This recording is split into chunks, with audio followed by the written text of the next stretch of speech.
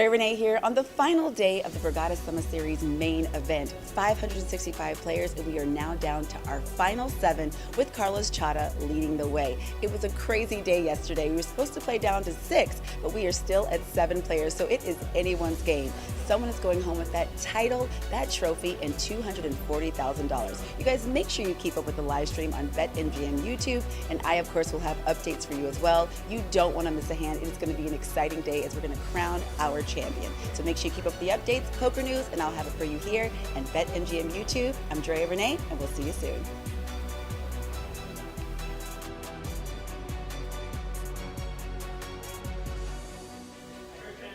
Renna here with Nicholas Verderamo. It's been a bit of a long day. 565 players, 4 days of play, now down to the final 7. How are we feeling right now? What's the mindset? Oh, we're feeling good. I mean, today was long.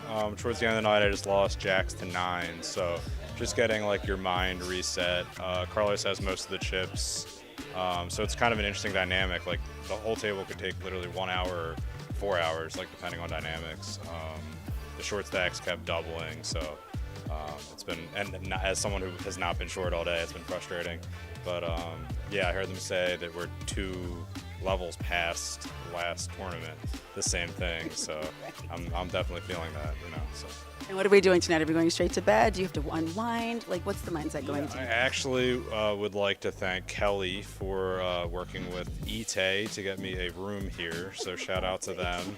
Hopefully they allow me to check in at 2 a.m. But it's sick. And you had a good run at the Almighty Stack. Hopefully that luck will run into tomorrow, right? For sure, for sure. Let's keep it going. All right, well, hope you get some rest, and thank you so much for your time. All right, thanks, Joe. Renna here with Max Young. It's been a bit of a long day, but we are down to our final 7. How are we feeling right now?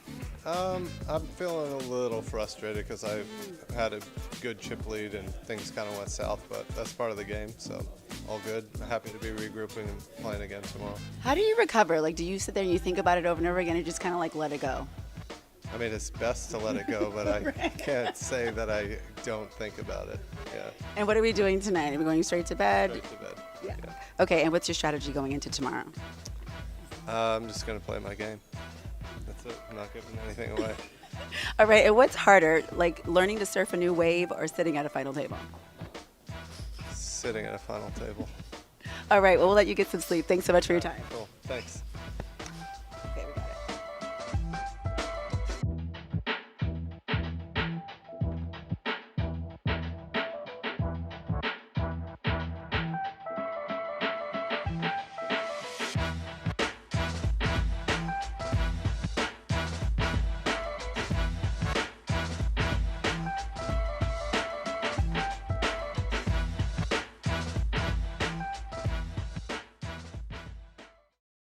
Yeah, for sure. Hello and welcome back to the final table of the 2026 Borgata Summer Poker Open's main event championship powered by BetMGM Poker. We're returning for day 4 action here, returning with 7 contestants remaining with a late night last night. We'll be jumping into some introductions in just a moment. I'm Matt McNeil, Whitesmith the Blacksmith, joined by Nick Amakuchi, Cooch to many, in the booth here to bring this final table as we see our 7 here. James Tedrow, an online qualifier from Pittsburgh, Pennsylvania, coming in with just under $2 million in chips. Qualified for $25. We have Max Young from North Palm Beach, Florida, about $3.5 million in chips. I believe we'll have his wife in the audience at some point throughout the day today. Andrew Porter, a very familiar face from Philadelphia, live and online crusher. And coming in with one of our short stacks, our chip leader, Carlos Chadha, coming in over $9.5 million in chips from Washington, D.C. area and having some fun with his intro there. Russ Dunlevy rocking the Jason Kelsey jersey. Got a little bit of the Kelsey vibe, Kelsey beard going on. One of our other short stacks, just over $1 million in chips from Pipersville, Pennsylvania. Nicholas Verderamo, we'll be calling him Nick, Verd, Nicky V, something along those lines, coming in from Parkville, Maryland, about $2.6 million in chips. And last and not least, Michael Renna from Lyndhurst, New Jersey, coming in similarly in that mid to 2.8 million chips range here. And again, we're continuing 7-handed. We see the edge of the face of our dealer, Billy in the box, Billy the Chin as we've been calling him. But you see a consolidated chip count list here. Carlos Chadha up at the top with just shy of 80 big blinds. Russ Dunlevy and Andrew Porter both under 10 bigs. And we are continuing 7-handed because of us running pretty late into the night, into the morning today. Coming back to level 28, 60K small blind, 120K big blind and big blind ante. So we'll have 300,000 chips in the pot before the cards are dealt. We're going back to 1 hour levels today. And then when we do get down to heads up play, the level length will cut in half from 1 hour to a half of an hour. As we play down to our winner today, first place prize is 242,000 and a little bit of change. Nick, welcome in. Man, breathful for you there. I mean, it was that was a long diatribe. I like it. Diatribe. It was introductions. It was setting the stage. It wasn't me just going off on random tangents. No, I here. like it, and you did it perfectly. We went right up until the first hand was dealt. We said 7 players remaining. By any chance? We are really familiar with all these guys. We had a lot of shorties up Yeah. and Yeah, we really don't excited to see where this deny final Max's table brings time us. advantage. As we know, it'll lead us to the Yeah, that's conclusion okay. of the event and somebody who's going to take home 250K almost. Let me just get 15 back. Oh, hold on. Wait, I think I have chips from yesterday. Yeah, sorry. Thank you. For sure. And our first hand here is going to fold over to one of our small stacks. It is our shortest stack in the small blind with the queen jack of clubs. And the very first hand, we're getting an all-in here, but no action from Nick in a big blind and a laugh of fist bump there as the first hand we already have chip stacks getting into the middle here. I was talking to Russ a little bit before the first hand was dealt, and he felt like, you know, he's wearing the Jason Kelsey jersey. I told him, I was like, that is the personification of like who I believe you are, you know, as a player. Like Jason Kelsey, happy-go-lucky guy, just like a regular dude, and that's how Russ has been, you know, over the last couple of days here. Yeah, we've seen Russ a couple different times on our featured table, very briefly on day 2 for quite a lot of the day yesterday, even before we got down to our final table, and very fun personality. Talked to him a few times off the table as well, and it just very very interesting vibe, very fun, friendly vibe you get from him. Like 30 seconds for the first. His shout-out yesterday were some Biggie lyrics. His shout-out today was the Disco Biscuits. But he also wanted to shout-out everybody else at the table's shout-outs. Oh, again, excellent. Just a very, very friendly, positive vibe. Man from Russ of the Dunlevy. people. Yeah.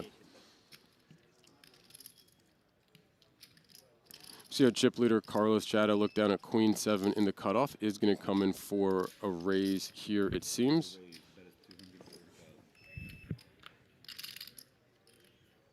Looked like 240,000 from Carlos here. Yeah, we saw yesterday Michael Renna was one of the short stacks, but was able to double up towards the end of the night with pocket 9s against Nick Verderama's pocket jacks. Wound up spiking a 9, and you know, somebody who we usually see little emotion for, he couldn't help but give a good little fist pump. You know, with 7-8 remaining in the main event. Yeah, he had quite the eventful last about half an hour of play last night, where he got all in with Ace Queen against Ace King, and ran out a straight on the board to chop. Yep.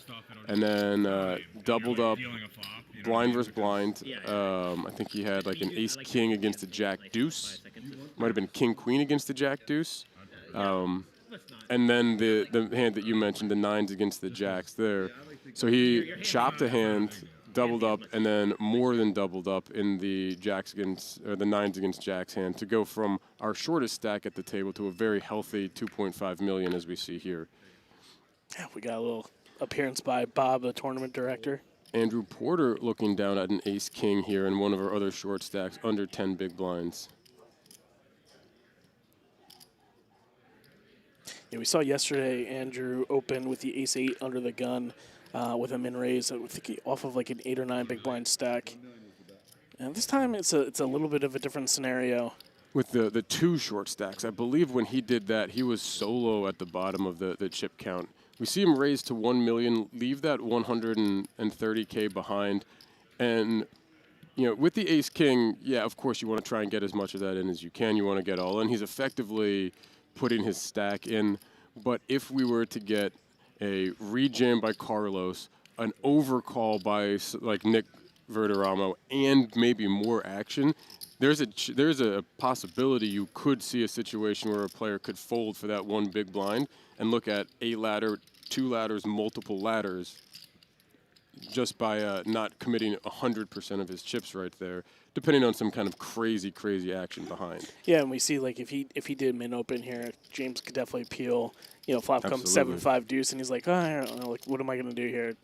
Absolutely. So by committing, he puts the onus on another player, and he takes that one down. We moves up to saw 12 Nick bigs. Verderamo fold a king-queen as well there. Similarly, if he had just min opened, we might have seen Nick put some chips into the pot. But as we see, both of our shortest stacks grab a couple chips here early on to get above that 10 big blind mark, and you can kind of see that consolidation towards the bottom of this chip count, where one double from Russ, Andrew, or James even, and they go from 5th, 6th, and 7th up into 3rd or maybe even 2nd place in chips right now. Yeah, I mean all these pots are very important, as we've talked about, and you have a couple of the middling stacks. The pay jumps are really important now. You're starting to get from 8K to the next bumping 12K, and then up on from there. So too many requests. We're taking away. No soup for you. They're to maximize no soup for you. their money.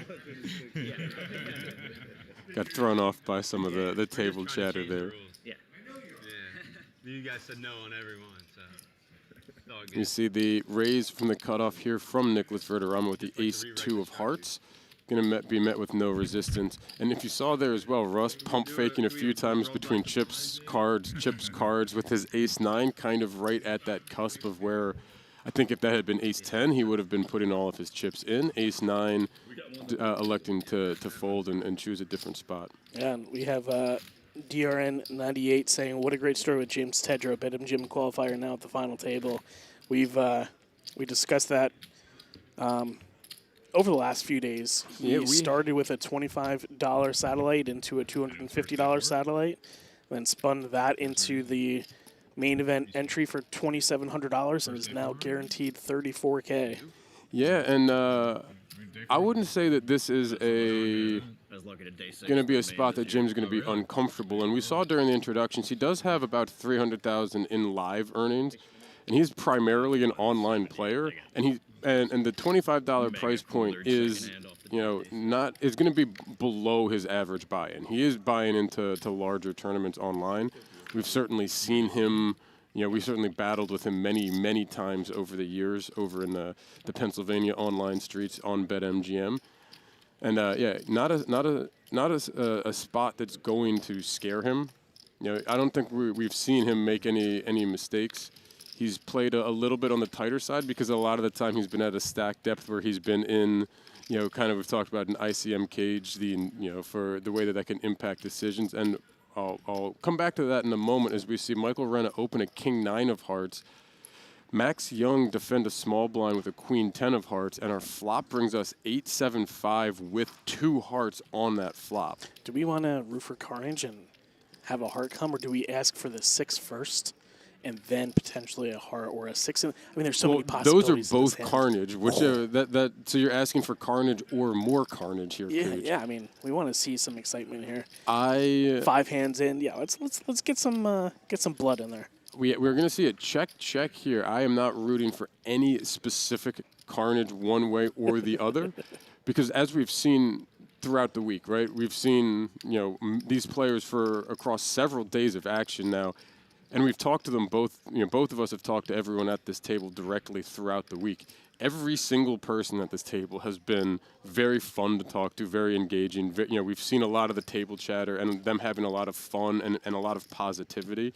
We don't have any real villains at this table. And I'm going to say this because he's a friend of mine. The only villain at this table is Andrew Porter, and that's because he's on a final table at every Borgata stop we've ever been at, and every flight I've ever been on with him has been delayed. And I've never had delays to or from Vegas in any flight he's not on. 100% of the flights we've been on together have been delayed. If he has another kid, he might name it Borgata.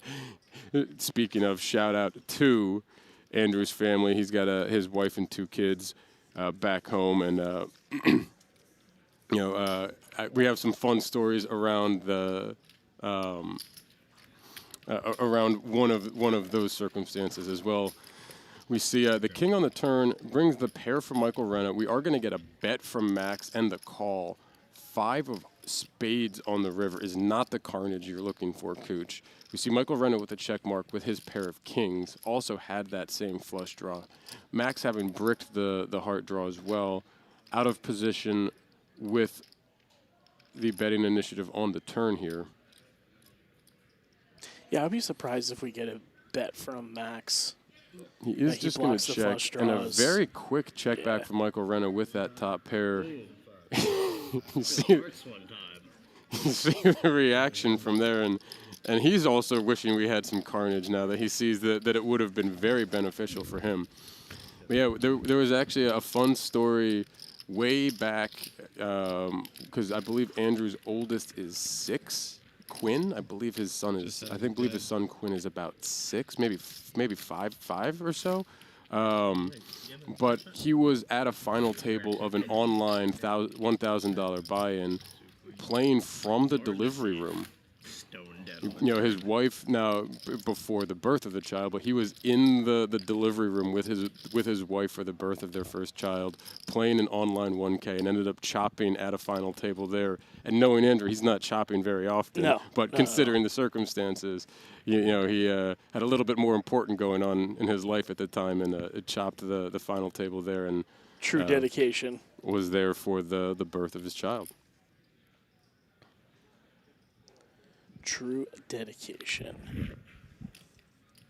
Yeah, Steven Russ. What happened to Bin Wang? Bin Wang rivered a set of 4s, but to his chagrin, I think it was Michael Renna who had King Jack of Spades and had a flush. I forget if it was him or if it was somebody Carlos? else. Might have been Carlos. It was late enough in the day. It would have made. I believe it was Carlos because we see Carlos with all the chips in those large hands. I would have expected many of them to have gone to. It was Carlos. You're right. To Carlos. Yeah, just an unavoidable spot. We see James pick up the pair of kings here from the cutoff. Is gonna open here, get no resistance, and a nice little early pot for James Tedrow, our online qualifier from Pittsburgh that we've mentioned. James also in the booth 1 week ago today, last Friday, making a commentary debut. Had a chance to chat with him around that a little bit, and he's someone who is a little bit more reserved as a personality, but very outgoing and very, very knowledgeable and well studied as well.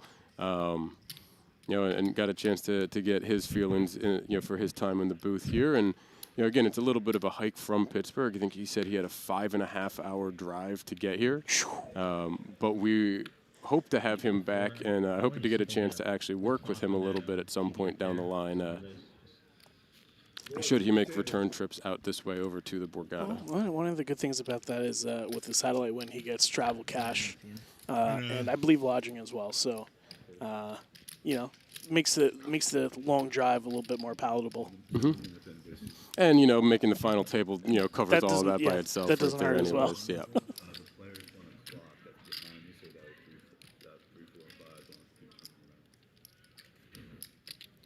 Action here going to fold over to our blinds. Our chip leader, Carlos, looks down at a 7-5. We've seen spots like this with the larger stacks applying maximum pressure. We'll see if Carlos chooses to jam this here, putting, again, that maximum pressure. Yeah, I wanted to point out... just going to be a limp. Porter did look at the King 8 on the button there, and that's usually an open for him. But with, Carlos having such a big stack to his direct left and Russ having a lower stack, you figure you just get out of the way. We are going to get the limp from Carlos here, and Russ going to go all in, get a quick fold with the ace-3 of diamonds. Nice little scoop for Russ. Not surprised to see the 7-5 limp just in this spot so many times throughout the day, throughout the week. We've seen the small stack aggression, especially with the small blind aggression, the large stack aggression, trying to put the big blind into a tough decision.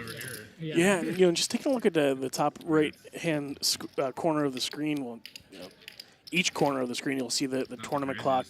Looks like after the next 45 minutes, blinds are going to be going up to 100 and 150K. So a big jump from where we're currently at. So those short stacks are going to be maximizing their equity and wanting to get those chips in as quickly as possible. You can see we still have 45 minutes left in this level, but playing on that hour level a little bit quicker than a pace of play than the day yesterday when we were at 90-minute levels.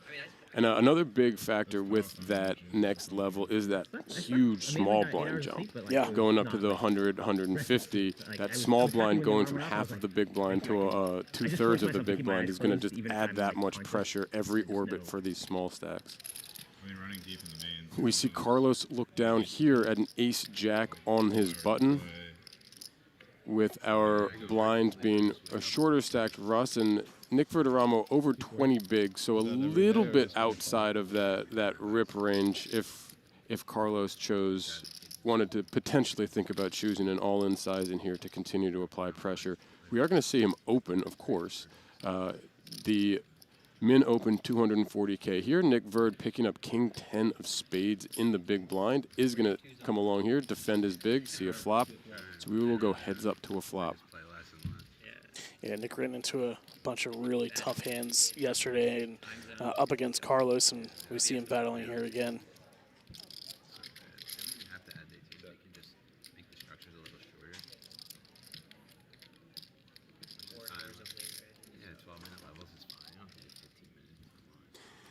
The ace-9 deuce pair of aces for Carlos.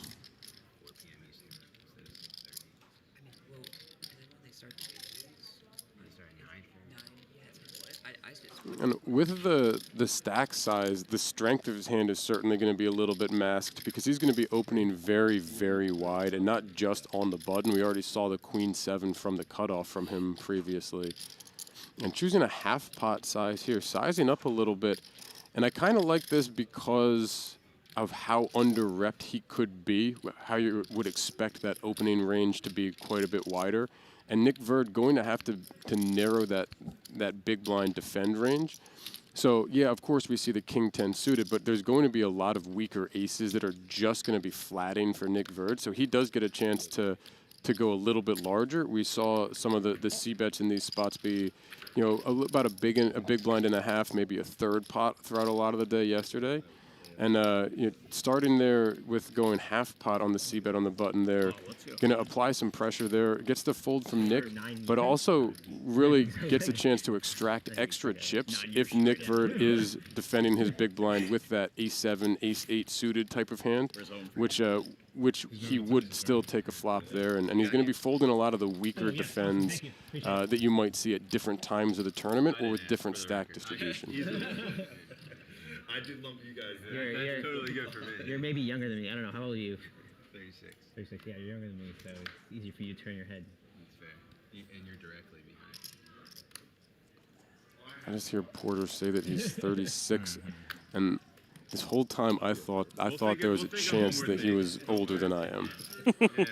He's been around in the streets for Younger, quite a while. richer, better looking. I mean, he's got you pipped in all facets. Yeah. Thank you. Thanks, Cooch. Hey, I'm right there with you. At least I'm taller than you. That's true. We got that going for you.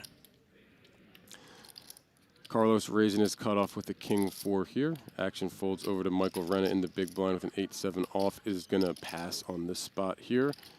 Another pot to the way of our chip leader as we see him up over 10 million in chips. Nice start to the day for Carlos Chadha out of Washington, D.C. Yeah, I think first time we've had anybody over that 10 million mark.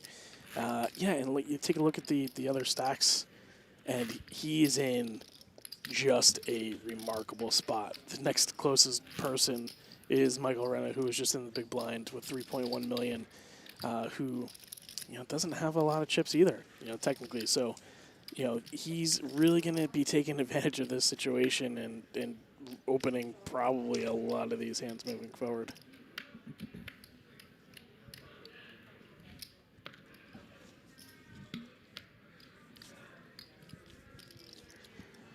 We had a bunch of shout-outs yesterday for a lot of these players.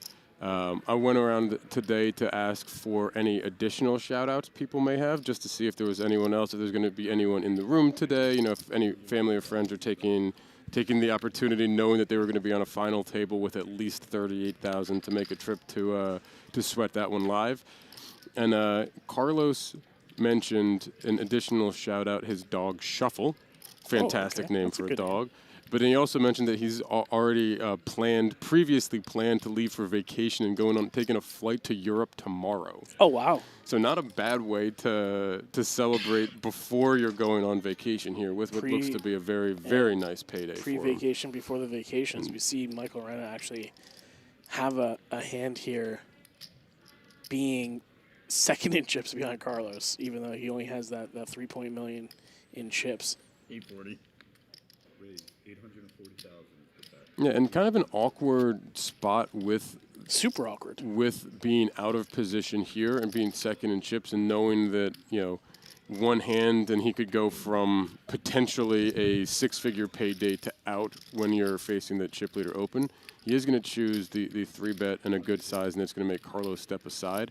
But it's a very, very difficult spot to be putting in chips in the small blind. And, of course, ace-king suited, not one he's worried about that. But you can see here, with 30 big blinds and the difference between a second-place payout of 167,000, almost 168,000, and a seventh-place payout of 34 grand, it's gonna make you sweat or make you take those extra few breaths every time you're going to mix it up with the stack that can cover you while you're in second place there. But as played, we see Michael back up almost 3.6 million in chips. We have now Andrew Porter under the gun, seven-handed with a king-jack offsuit. He's on just under 10 big blinds. 240. Raised 240,000. And we are going to get a min raise out of him, and we alluded to this before. We saw this from him yesterday. I believe it was an ace-8 off from an early position. Correct. Carlos now looking down at ace-queen offsuit, actually picking up a big hand here.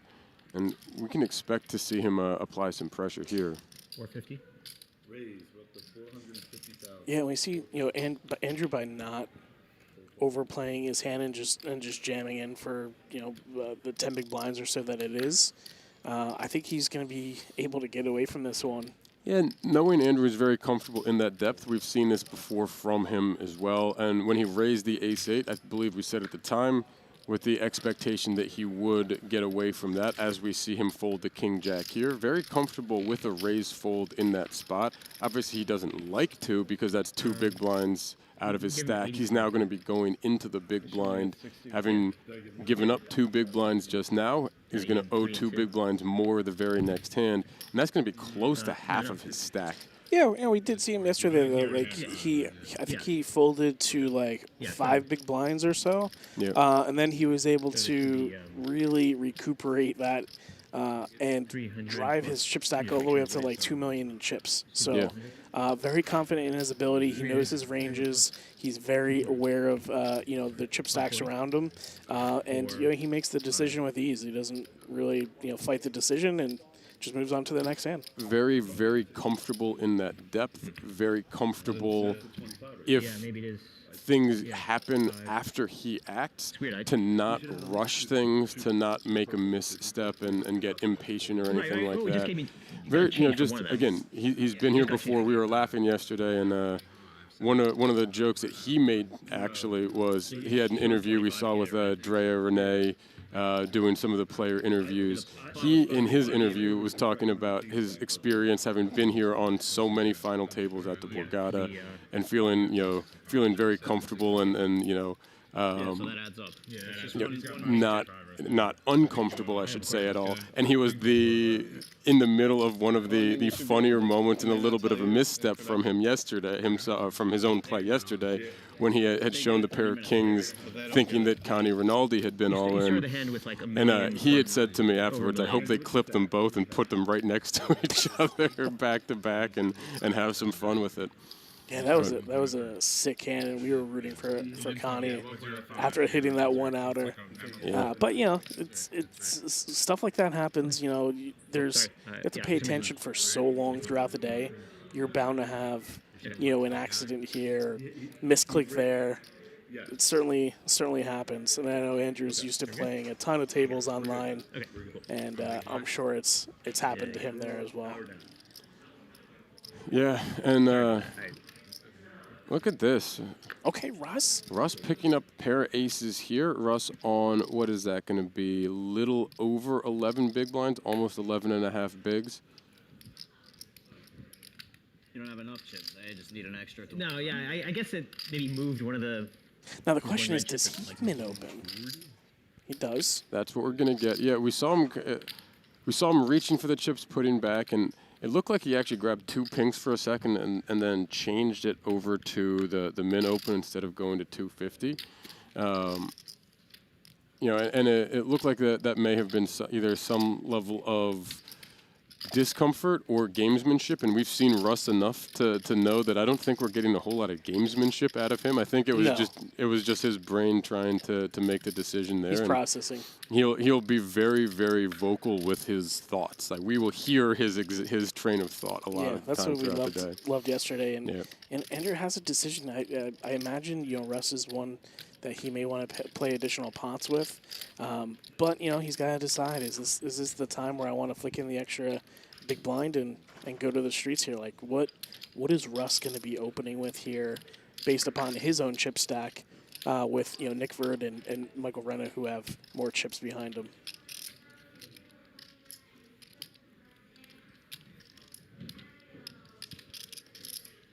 They have like the VAR in the sport. And you're choosing a different spot. I think if this was suited, then you're getting a much different decision. You're just going to get him to flat there and defend. But You're out of time. Are you out of time? Yeah. Yeah.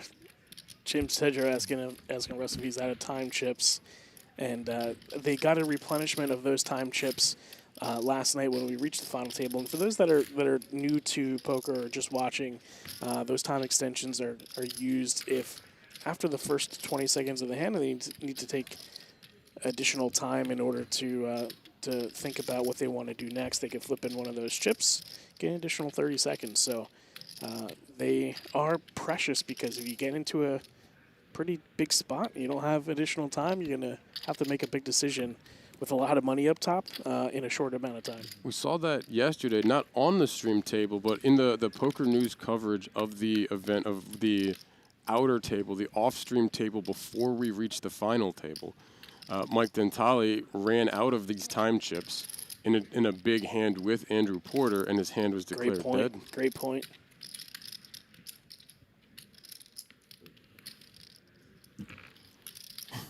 Andrew folding a 7-6. We see Carlos flipping over the exact same thing as the chip leader gets the walk from Andrew here. I mean, just look at Carlos's stack here. Like, he's already added 1 million in chips today. Yeah, we're seven-handed. Nobody else has really, you know, put a dent in his stack, or, you know, they've just been really maintaining. He is in just like the ICM Nirvana spot right now, being able to do what he wants when he wants to. And nobody can really do anything about it unless they have a hand. And now with Andrew on his direct right, everybody else has basically no opportunity to try to take advantage of the shortest stack at the table without also having to deal with Carlos.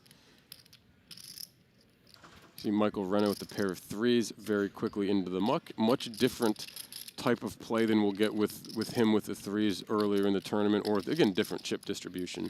We've seen many early position small pair opens throughout the day, the last 2 days, but not right here, and definitely not into Carlos's chip stack.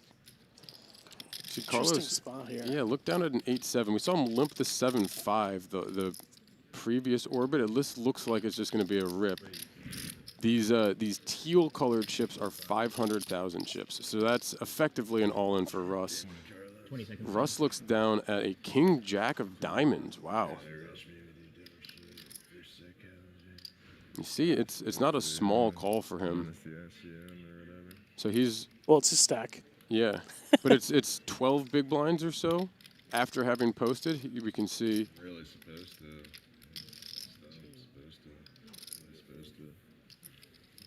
And you see the strength of the king jack diamond still going into the muck, and a lot of that because he has chipped up a little bit here, and we see Andrew Porter down under that 500K.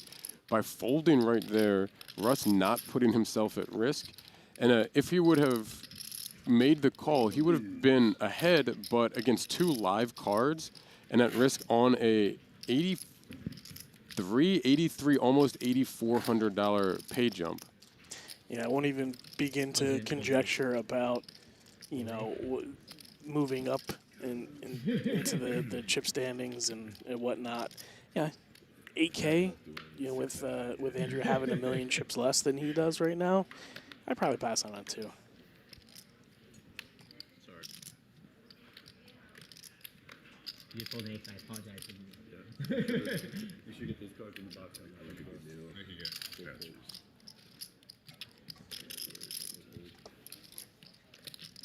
Action going to fold to our chip leader, Carlos, on the button with a king-9 offsuit. We're going to see the open again here. Looks like the 240,000 standard open we've been getting from him. Nick Verd with pocket aces in the big blind. Certainly not going anywhere. Curious how he's going to choose to play this. We've seen Max flat aces a couple times out of the big blind. Yeah, I think that was a little bit of a different scenario. I think we're just going to get a raise here. Yeah, I think he makes it 600. Yeah. Yeah, nice little small raise here. We've seen these two battle a lot at all different sizes of chip stacks. A much different environment here, considering we're at the final table. The pay jumps have escalated to 8,000 per jump, as opposed to the payout of, say, 8,700 for 39th to 32nd place, which I believe we may have seen them in around that time frame. Yeah, for those at home, like he doesn't need to make it a super large 3-bet here, right? He wants to get action, and you don't need to make it 7, 8, 9, 10x. When his stack compared to the blinds are so little. Yeah. Just wants to see if Carlos is going to get out of line, and he smartly folds it and moves on to the next hand, picking his spots wisely. Give Carlos a chance to blast if he wants, right? We saw them battle a lot yesterday. I like it. And I like it. It was either a bluff or value. I agree. Nick's saying either a bluff or value. But what we did see by choosing that size in was if it was not top of range, if he was going to be folding to an all-in behind that, it still would have left him with more chips than Andrew Porter. And a big consideration in terms of the size that he's choosing there is where would this type of thing leave me should I lose this hand or have to fold this hand in this spot. Obviously, ace is a different story, but I don't think, based off the action we've seen from Nick and Carlos, that it's going to be aces every time he's going to make some type of play like that against specifically Carlos as a person, again, with the way that they have been battling throughout the week. This is interesting here. Andrew only has 4.5 bigs, 5 bigs or so. And depending on what he does is going to drive what a lot of Carlos is going to do here. Yeah, Andrew on 4 big blinds with the suited ace, even with the early position aggression from one of these middle stacks. It's very, very tough to not put in a suited ace right here. There he is. Using some of those time chips here because he's also thinking spot. What hands is Max going to be opening? Yeah. Because he's got Carlos, he 2 positions to his left. You could see him take quite a bit of time before making that fold because he needs to find his spot sooner than later. And exactly to your point of what is Max going to be opening early position into Carlos has to factor into that. We get a call here from Carlos in the cutoff with a king-queen.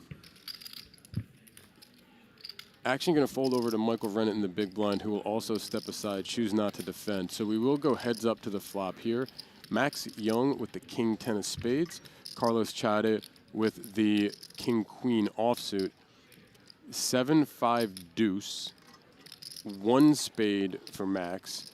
King-queen high currently in the lead for Carlos.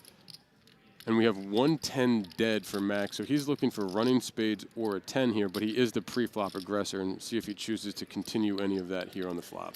Yeah, it's going to be tough because he's going to be pretty honest, right?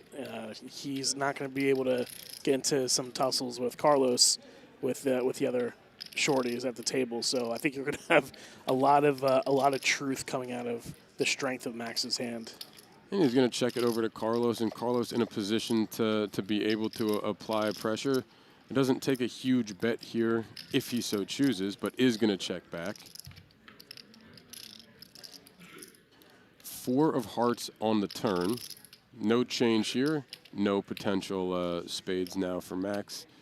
So he would need to either win the pot through a bet or one of the 2 remaining 10s to be able to take this pot.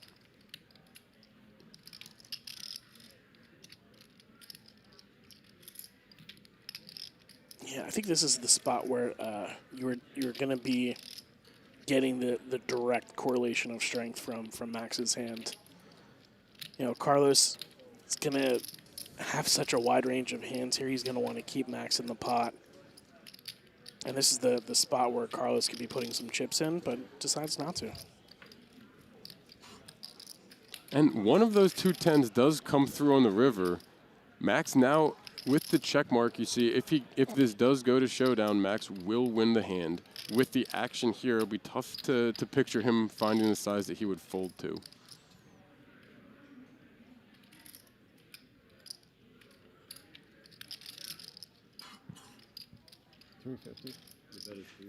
Oh, I think I heard 370? Yeah. A little under half pot.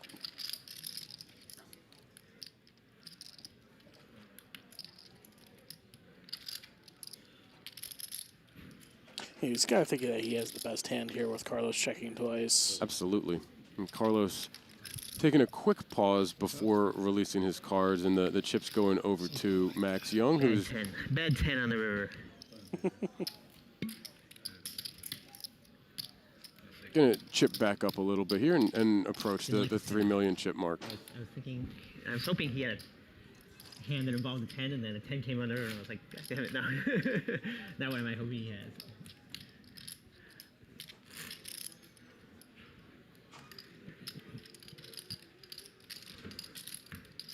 Queen Jack.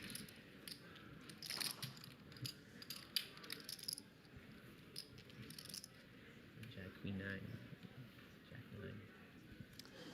Very next hand, Max going to pick up the pair of queens under the gun. We see Andrew again with another ace-4 early position here. We're going to get another open from Max Young here with that pair of queens.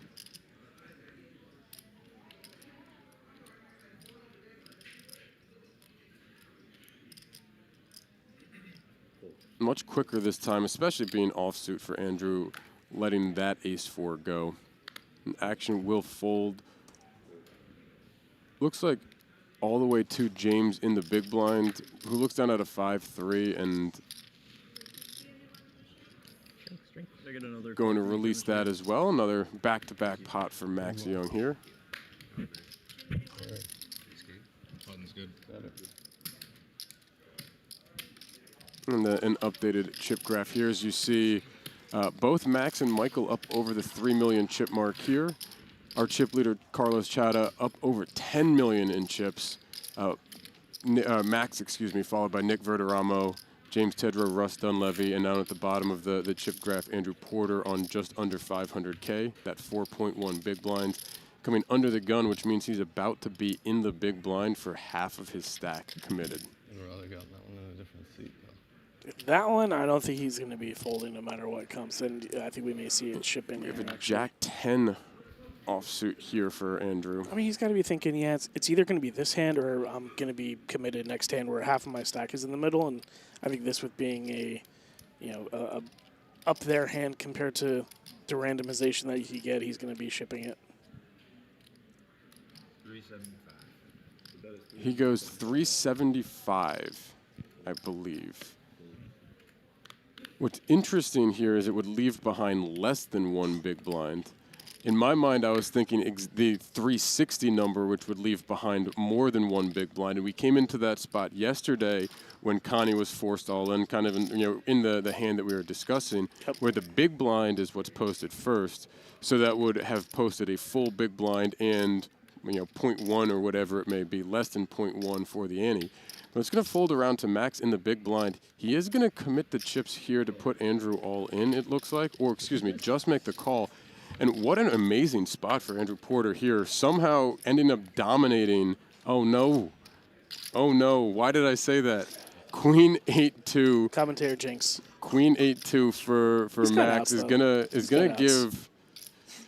gonna give Max the pair of eights. Andrew Porter dominating the Jack 8 pre-flop. Now going to be looking for a 9 or a 10. Andrew, I'm sorry. Please don't hate me. Please don't fly with me. Couple of outs, though, here. He's not dead yet. No, he's not. We can still see plenty of equity there. 37% for Andrew to remain alive here in the tournament. 7 of spades in the turn. Going to be same thing, just a 9 or a 10.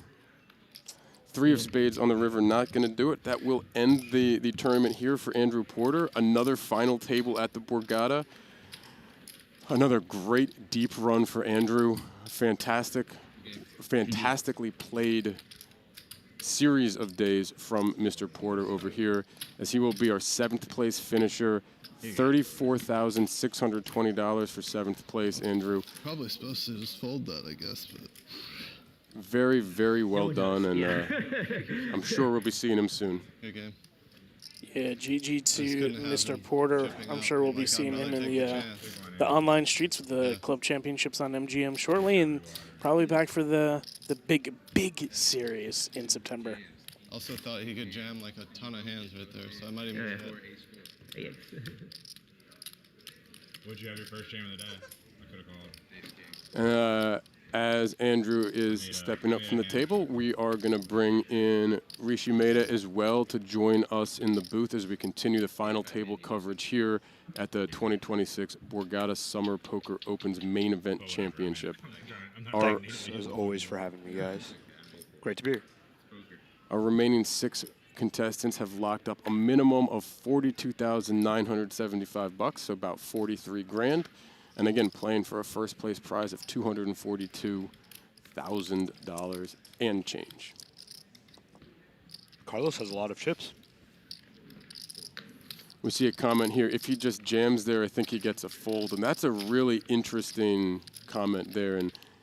And almost the flip side of with Andrew having done that non-all-in sizing, I don't know, because it was just 3 big blinds. It was not that much. And the Jack 8 is going to be taking 40% against quite a few of the hands, be like a 60-40 against your weak aces, even a lot of weak kings, 35+% against your king 9, king 10. Flipping against the bottom range of pairs. Absolutely. I don't know that he would have gotten a fold for 3 bigs, but possible. Again, great run, Andrew, and. We'll definitely be seeing more of Mr. Porter. Just a bit, I assume. Still enough time in this year to get to hit final tables in every series that we have down here at the Borgata for him. Continue our action here. Action will fold over to James Tedrow in the button with a 9-8 of spades. That's things. No matter what hand he gets, he's got Max directly on his button, and he's got to go through Carlos. So absolutely. Tough spot for him. Yep. Now Carlos looking down at an ace in the small blind. James and Russ dead even going into this hand as our 2 shortest stacks currently. Russ having posted the big blind ante, and going to be pushed all in here from Carlos in the small blind with that ace high. Russ quickly steps aside. Carlos chipping up a little bit more. We'll see him back up over that 10.5 million chips. Yeah, one of the things we saw in previous events, Almighty, the opener, I think both of those events had an overwhelming chip leader where we're like, how is this guy going to be caught? And once the blinds start going up and once stacks start consolidating, really becomes anybody's game. So, you may see Carlos with 10.6 million in chips and be like, all right, well, this tournament is over. Don't tune out yet. So, anything is possible. If you look at the Max getting the knockout for Andrew Porter brings him up to 3.6 million in chips. Not that we're rooting for a knockout of James or Russ, but if Max were to knock out either of them, he would be up nearing that 5 million chip mark or over that 5 million chip mark, and then would be right at, again, half of Carlos's stack, which big difference between Carlos having 2x and 3x because, that potential cooler, that potential double up right there, instead of making them even, completely would flip the order of dominance, I guess, here at the table.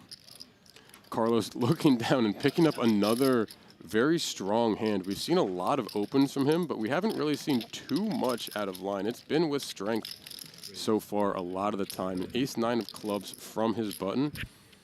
And look at this, Nick Verderamo picking up an ace-jack in the big blind. 2.25. And he's putting in all but what looks to be less than one big blind? Less than one big blind behind, almost an entire all-in. No other action behind that. It's effectively an all-in here. And Nick took very little time to put in that jam as well. Yeah. Effective jam. Yeah, I think he's just seen Carlos opening like so much. And he's like, yeah, I'm over it. So I guess I'm all in. He announced 2.25, which is not an all-in. Sorry, I was trying to save time, and I added time. Yeah, he said 2.25. We have the graphic at 2.225, but you may not have enough. 2.23. I tried to save time, and I added. Trying to steal 15 seconds from Carlos, and I added 15 seconds to Carlos.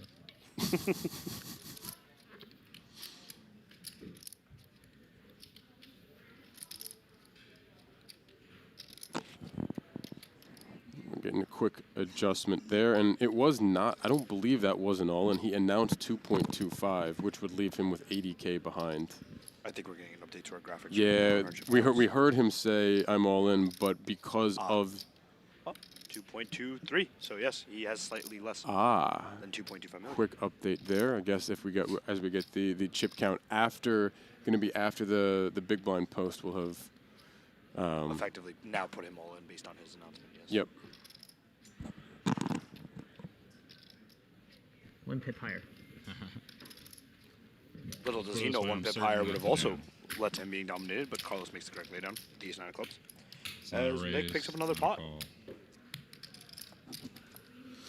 Yeah, Nick Verderamo himself back up over 20 big blinds there and getting a little bit of breathing room himself from both our bottom 2 stacks and that immediate danger zone. So Russ Dunlevy under 9 big blinds.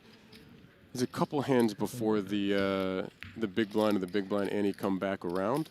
You see in the top right corner about 13 minutes left in the level, so it's about to get much more expensive for our 2 small stacks here in Russ and James when we do go up to that 100K, 150K big blind and big blind ante levels in about 13 minutes.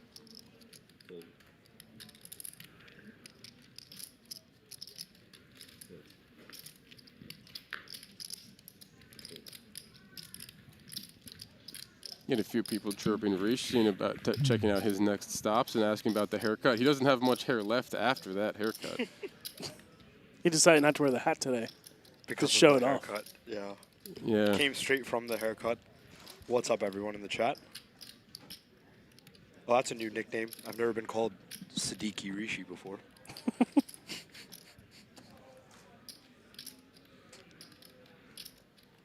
360. The numbers lie poker. We'll see where we stop off to next. Just getting ready for the big buy-in series. which will hopefully be successful in some of our satellite endeavors in. We have the limp from Nick Verderamo. We have the ice from Michael Renna. And a fairly quick all-in from Verd will get a snap fold and another pot going the way of Nick Verderamo, bringing him up over 3 million in chips here. You can see up over 25, over about 26 big blinds right now. Again, nice little run there for Verd. Nick is showing that he's not scared, regardless of the fact that James Tedrow and Russ Dunlevy both have significantly less chips than the rest of the table. So I think he did some studying last night. We saw him get ISO'd from Michael Renna a bunch. So in that scenario, just put it in, man. Limp, let Michael take the aggressive line and then come back over the top for the rip. I like it. I don't think that's going to discourage Michael from taking an aggressive line, and this could be a similar spot where we get more battles between Nick and Michael, as Nicholas picking up the ace-3 of clubs, coming in for a raise on the button.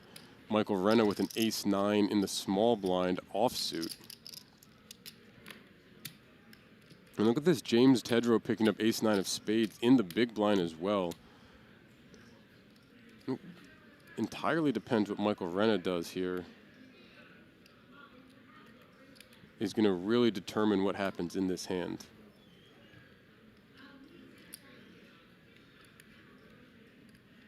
I think it's fine for Renna to pass after Nick has shown the propensity to put in the 4-bet jams.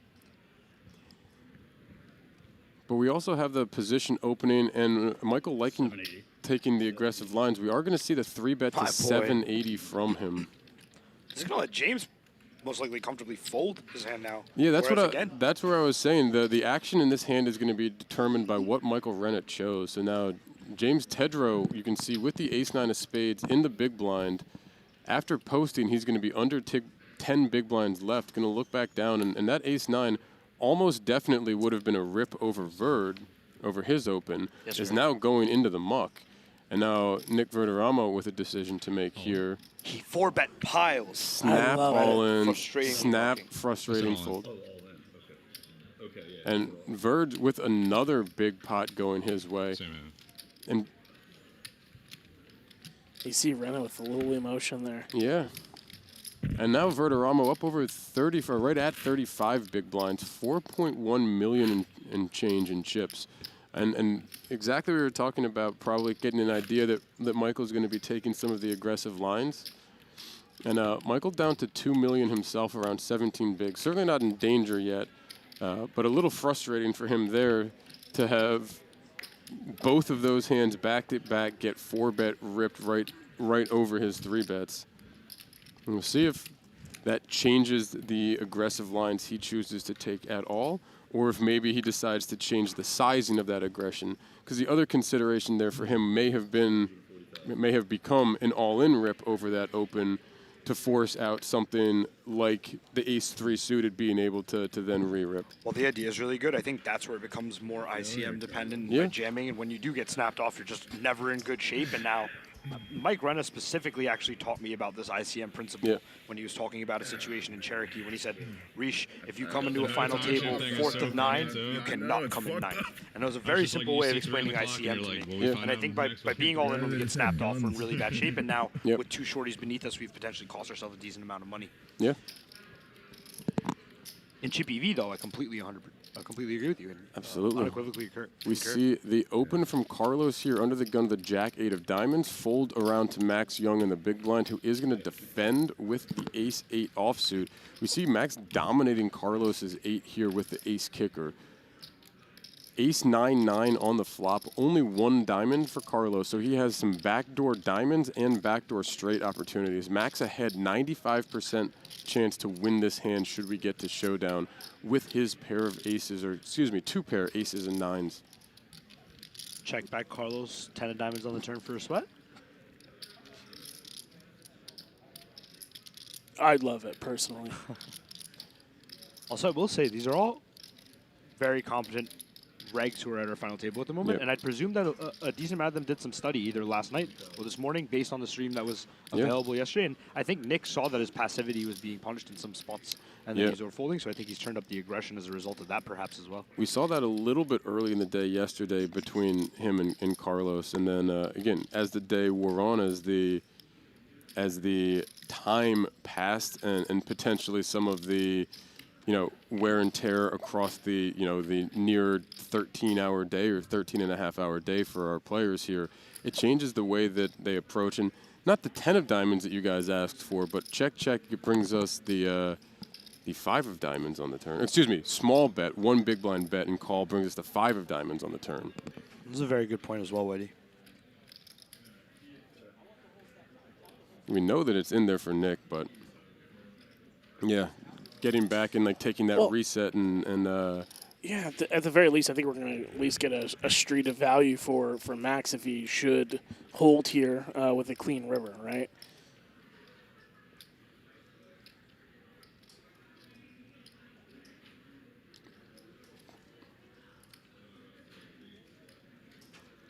Yeah, the theory would say when you pick up equity, you would continue barreling. In this case, you don't really want to get blown off that equity.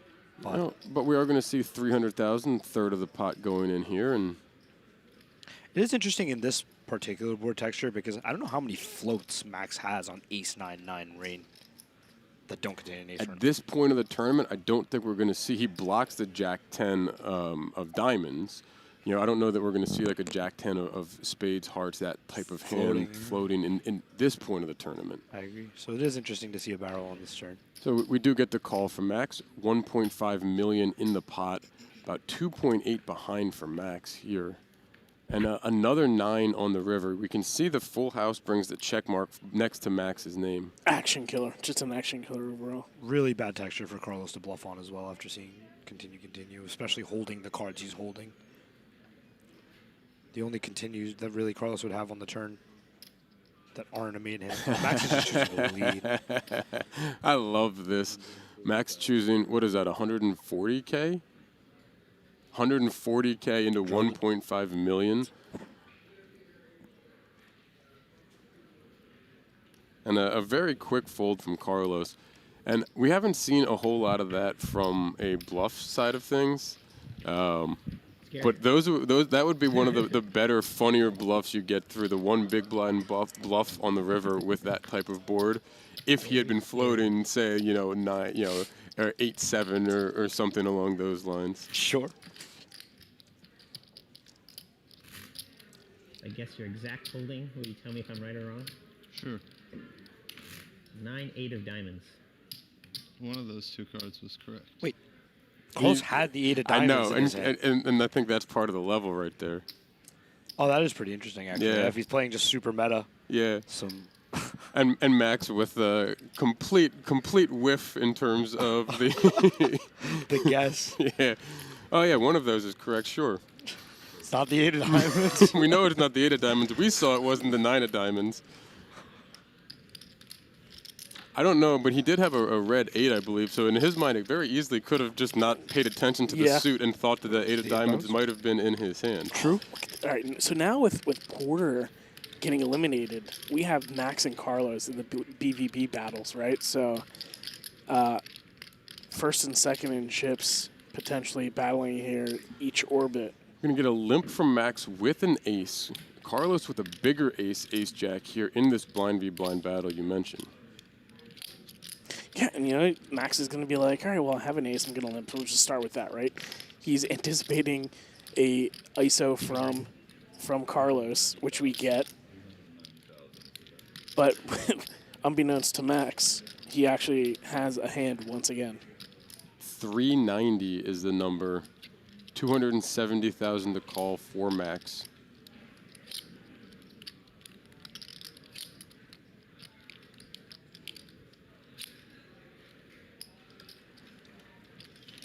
And we see the ace-jack in Carlos's hand, but we've also seen him do similar sizing with, I think it was the king-deuce in the hand that we got early in the day yesterday with Nick Bird. He is going for the limp 3-bet. In Max's hand, in Max's mind, Carlos is going to be squeezing, applying ICM pressure a lot. But this is the part that we don't think about often, is that the chip leader can also just have a hand. And he's been having hands consistently. That Jack-8 of diamonds, he still had equity while he was barreling. And that was among the weaker holdings that we've seen him with here, still having that equity. This is the perfect kind of holding that Max wants to do this with. Yeah, and the ace-jack strong, but, but not strong enough here for Carlos. And I understand that because he doesn't want to get into a bloated pot with specifically Max right now. True swapping stacks would be super dangerous. Absolutely. He can keep his distance very comfortably. But and with the action at the table, I can understand why Carlos is just going to specifically try to not get into that spot right there. Yeah, he can make the most money by folding at this moment currently. He can allow a lot of things to occur. Yeah, and even though we saw him ahead in a dominating position, and if he would have come in for a raise, if he would have come in for a rip, whatever, it would have worked. Any of the other options where he would have been in great shape to win that hand, right now he's still at 9.1, almost 9.2 million in chips. We see Russ and James's stack. He can still apply a huge amount of pressure across the table, and he's been doing that very successfully today. So why are you going to want to take, like, what if that's tens, right? Very true. What if that's queens? We don't need to flip right now. We don't need to flip. We don't need to take the nines or tens or something like that. Could very easily be dominated or facing, your queens, kings types of hands. Perhaps we print way more money long term, just preserving the chips that we have and being able to apply pressure to these stacks using the ICM considerations that we know are available. I think that's a really good point, Whitey. I'm pretty sure. We see Russ into the big blind here with the 120,000 big blind and big blind ante. He's going to be already under 9 big blinds, posting 2 more here, down to leave him about 7 behind. As Max is going to open up his button here with a pair of 3s. I'll pay. I'm the big. I'm the big. I'll pay. I promise. Of note, too, higher than normal open for him. He made it. And Carlos, very next hand, going to come back in for the 3-bet, ignoring the sizing up from Max.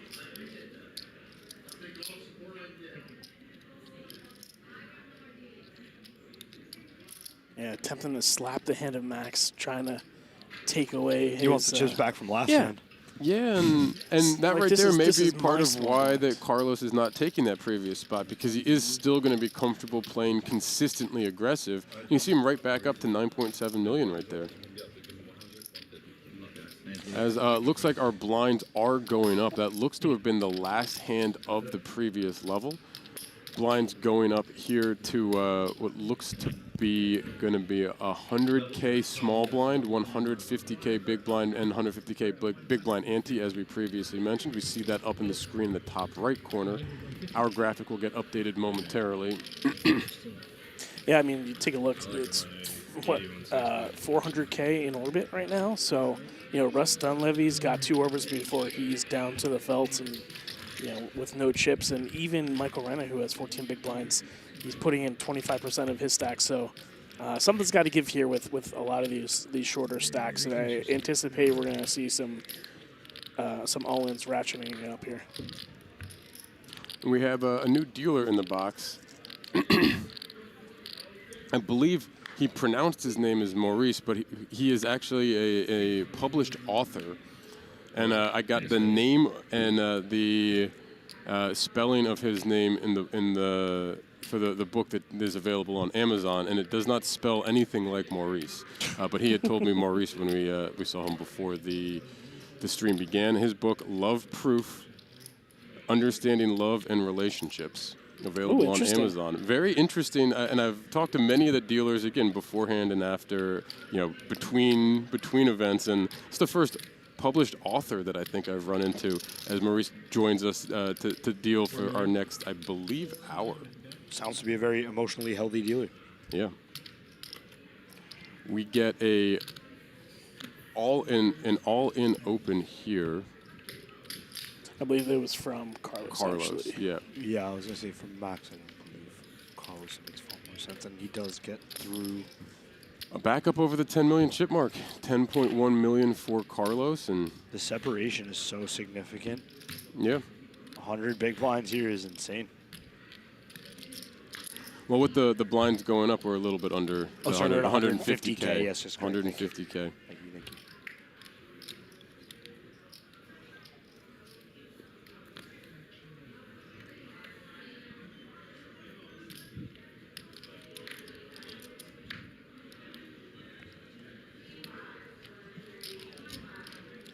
James under the gun here, King 8 suited.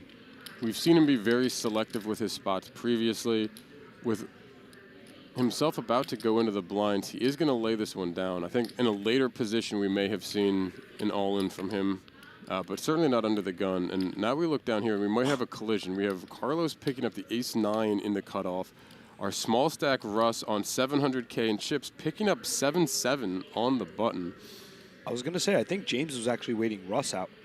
Yeah. Trying to secure that pay jump perhaps to see what Russ's evaluation was. I don't think Russ is going anywhere with this hand. And we see the same open rip here from Carlos.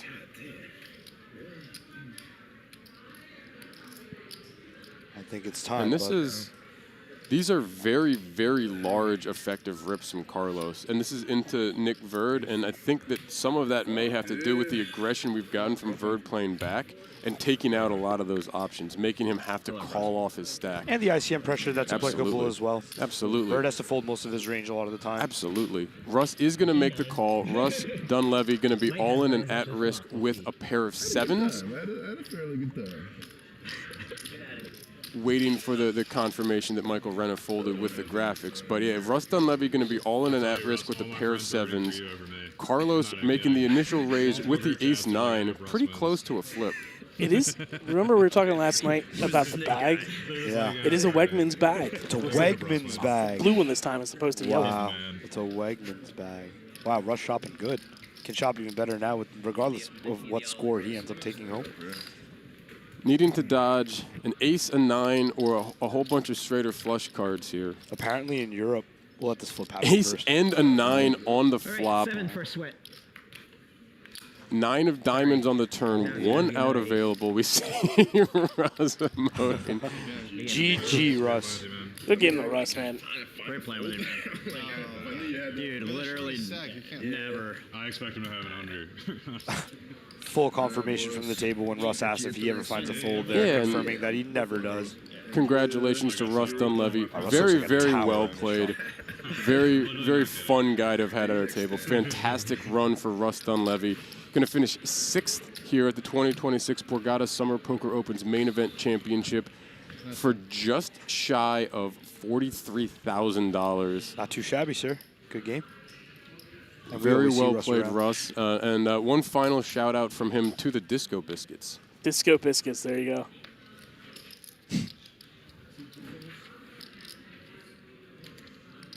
Carlos, of course, of all people, Carlos picks up the chips. We were talking about that a little bit of the danger where, you know, if Max had gotten that knockout right there, Max would have been up to $5.5 million almost in chips, and Carlos would have, you know, again had a little bit of that, you know, the catch up feeling like they're getting closer and closer. By Carlos getting that, you can see that separation up at the top. He's up over 11.2 million in chips. I think he has more chips than the rest of the table combined now, if I'm correct. 5.4. It's going to be very close. 9.9. It's right around. Yeah, I believe so. How do you think about Michael here? I mean, he's got one of those tweener hands where he knows that Carlos is opening, but you got James sitting directly to his left with a little under half his stack. I think Renna sends this most often, but wow, he decides to pass. I mean, James has 755K now. I'm sorry. I thought he had $1 million. So after the blinds are posted, he's now reduced significantly. So again, Renna's just going to be really considerate of ICM. He's going to let Carlos do what Carlos is going to do as the chip leader, and he's going to let James chip down as much as necessary. Now, should James find a double, or should James had found a double, and they were close last in chips, I think he would have been a lot more. Or a lot less averse to sending it. Or even if it wasn't that big of a gap, right? Yes, right. precisely. So now that gap opening up, not even necessarily with the double, just if they were even closer in chips. Absolutely. You know, with the what is that going to be? 6 6 big blind gap between them. 900K, so yeah, about 6 bigs. That's a big enough gap at this point. Look at this. Carlos looking down at a king 10 and like, obviously he gets to play bully ball, but he's looking down at hands to do it with nonstop. He's getting the bin wang treatment right now that we had yesterday for a good bit and the day before. Max picking up a pair of 6s in the big blind. I mean, we've seen from him that he's not going to go away easily here. I think this is a pure just call. Yeah, absolutely. He is going to call. We are going to go heads up to a flop. James Tedrow did fold a 6 in the small blind. That didn't stop Connie yesterday. That did not. What do we have? Jack 9-7, all spades. Max with the only 1 spade. Carlos not ahead right now, but you can see he's got 2 overcards and a double gut shot to the straight draw. And of course, initiative. And of course, the pre-flop aggressor initiative here. Action checks over to him. And he's even still without that, he has 40% equity here. Now, I was mentioning it earlier about just even like the 1 big blind bets of just clearing out a bunch of things that completely brick boards when he was in the hand of the king 10 and king queen. I wonder if we're going to see something similar. It goes for 2 big blinds, so a little bit larger, but still just over a third of the pot here. Not a large, not choosing a large sizing here. And an uncomfortable board for Max, even having that spade, it's just not worth. It's not worth the 2 big blinds at 300,000 chips. The reverse implied odds of making a flush as well and facing pressure exactly is super high, especially with the ICM consideration. So it is absolutely. So Carlos picking up another one up over 12 million in chips, and very, very impressive start.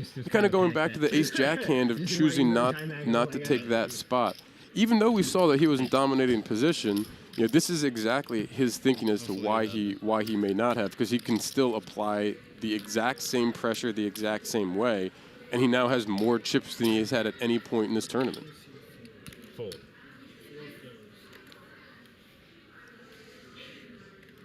And has certainly surpassed the 50% of chips in play mark at this point. Mike Renna is not going to be passing on this spot despite the ICM. I'm going to ask you about this here, Rish. Like, he's going to be opening into Carlos's big blind. Do you ever just take a jam here instead of open? Yeah, and he's not taking the jam, but he is going to take a significant chunk, about half of his stack, which is declaring no intent of folding either. Right, he's just taking away the ability to apply it for even the idea to have fold equity for Carlos. Yeah, and he does quickly take it down. And we've seen that in similar circumstances, similar depths, and he chose a half stack there, which is the same thing that we had seen before of people leaving 2 big blinds back, 3 big blinds back. You know, same basic idea of he's never folding if 1 person goes with him. But if 3, if James calls and Max ISOs and Carlos comes over the top, then like the jacks shrink. Right. And it leaves him a few chips. And if you also look similarly at the sizing that he chose, it would have left him more chips than James has. Exactly, and I think that's why he chose it. And it is pretty interesting, right? Because in Renna's eyes, or in anyone's eyes in that situation, Cooch, Carlos may very well take his 30% equity with the suited ace-X and put Renna in, and Renna doesn't really want Carlos to have 30% equity against him right now. He really would much rather win the pot.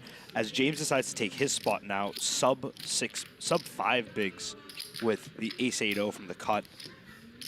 We see no resistance going to come from the button or the small, and I guess he's going to take this down. He does. Survives for another orbit. Nearly doubles his stack.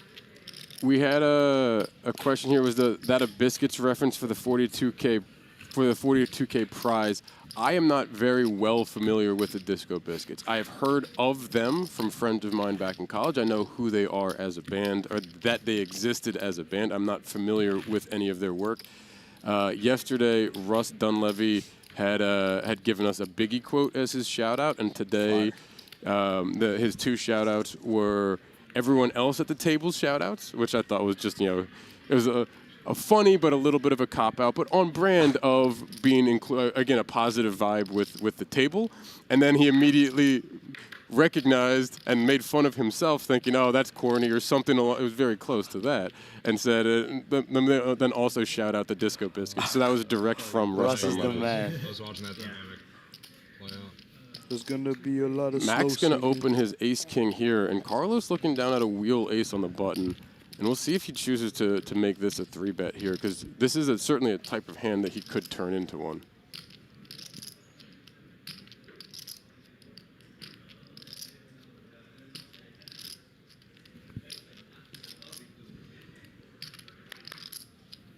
Those are raising chips that looked to be about 830, maybe 930. I would expect 830 to be the number. What's something to call it? Is 930. Like 930K from Carlos on the button. Like a new Lincoln. And Max, we with just over 20 bigs behind, not good with cards, I would so expect to see this all go. Yeah, we're not flatting here. It's either going to be if he wants to preserve, his chip stack and really play ICM, he's folding. The other option, he's just going to ship it. With the number of 3-bets we've seen out of Carlos, yep, we are just going to get the all-in, and we are going to see this every now and again as people play back. But you see the strength in Max's hand, and it's going to be important for Max, for Nick, in these middle stacks, if they're going to choose to play these hands, to not play them too timidly, too passively. And you see doing that brings him back up over 5 million in chips, and closes that gap a bit, and no longer has Carlos lapped the field and have over 50% of the chips in play. It gets Max to a point where, again, a cooler or a double, and they just completely flip spots. A lot of love for Russ in the chat here, and apparently 42 is a Biscuit song, and that was the coincidence because that was Russ's prize. Got it. Okay. A lot of love for Cooch and Whitesmith in the chat as well. Shouting out some love for the commentary team. And you, Rish. Appreciate you guys. Bringing the love. And we see Max pick up ace-king under the gun again. Yeah, Kelly, I am very aware of the Disco Biscuits. A friend of mine in college had Disco Biscuits, like Disco Biscuits on various things on the wall. Yeah, various things, posters or a couple other things around the room. Max has ace-king again. But yeah, never was familiar. That is a fun coincidence. And if I would have known that after the shout out, I would have gone over to the sports book here at the Borgata and seen if I could have found that coincidence bet. Look for the prop. Yeah. At the BetMGM Sportsbook.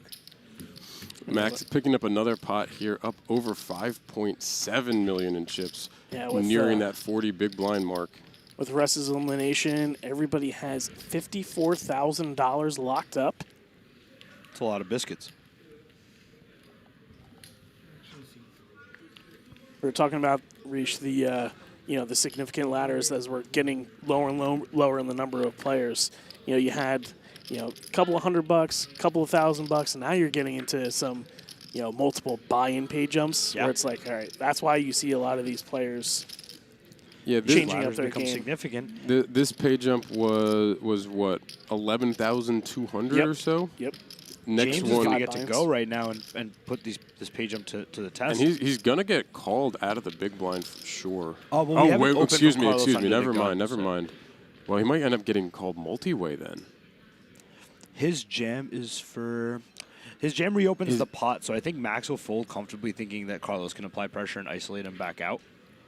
But with the size, right? With the size, okay, he is going to fold that for 5 bigs with the 1 already in. I would not have been surprised, considering the amount of hands that Carlos has opened and it being a small stack. True. Carlos is going to make the call.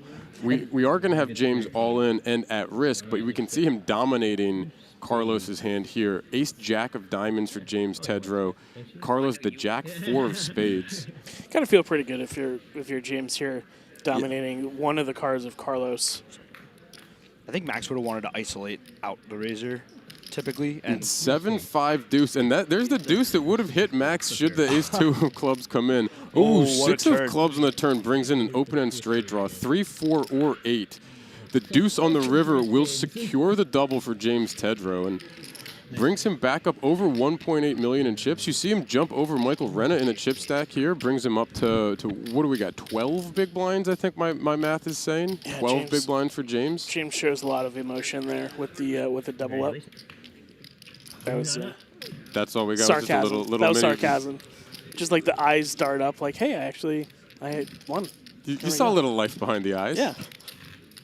You know, he double up again. You know, you get a little bit more excited. Maybe he cracks a grin. Yeah. James has been very, very stoic, very kind of locked in throughout the time and not really getting too high, too low. When he's been winning these hands, you haven't seen him, again, showing that huge emotion, that huge energy dump. When he's losing hands, you see him just kind of shaking it off, shrugging it off. And, you know, we know that he's in for $25 in the satellite, but I don't think he feels uncomfortable at all playing. No, not at all. Playing in under the lights here at this final every table. spot he's taken pre-flop, even including yesterday that I've had the pleasure of witnessing, has been very pure, very clean. We haven't seen one fantastic. even remotely questionable decision. Remember, too, there was I think it was an MSPT that he got third or fourth in for 150K or something to that degree. Yes, I remember that being. So, you know, this is, he's got a third of that score locked up, and certainly no stranger to the big spots. Two biggest stacks, blind versus blind right here. King Deuce limped for Max. Carlos just takes it to a flop with a 4 deuce, Jack 9-9. No pair, not a whole lot working for Carlos at all. Max 1 over, backdoor diamond draw. Actually 3 to the straight flush with a couple gut shots there.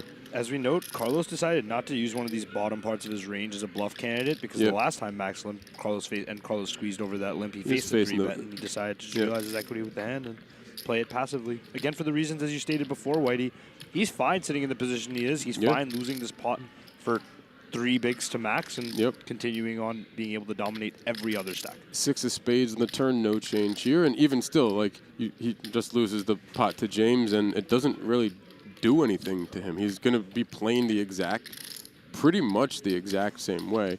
Is he going to be 100% on foot on the gas at all times? No, not exactly, because of the aggression we've seen from both Max and Nick as well throughout the day. Absolutely. But it's going to be 95% aggression from Carlos, and he just chooses this one to selectively not. And like you said, 3 big blinds not going to face him one way or another, as he's back up over 10 million in chips or still over 10 million in chips and nearly, and coasting comfortably. And even if he dips below here, we expect him to very likely continue to accumulate with that aggression. Just all of the ICM pressure on both Michael and James being neck and neck again.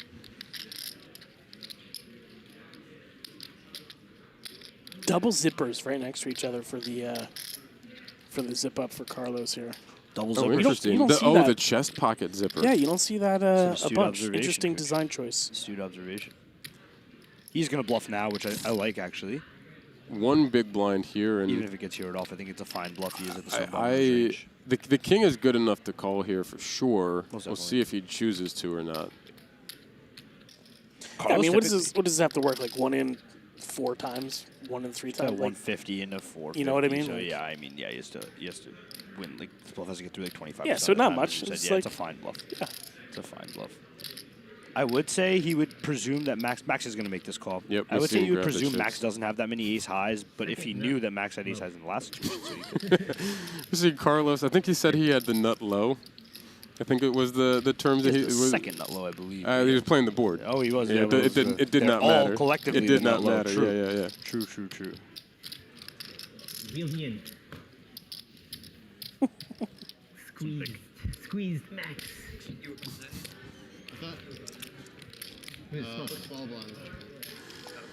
Spirit staying high there. No, no change in the friendly banter at the table here. And that's just been a consistent theme. We were saying that's been a consistent theme for days now.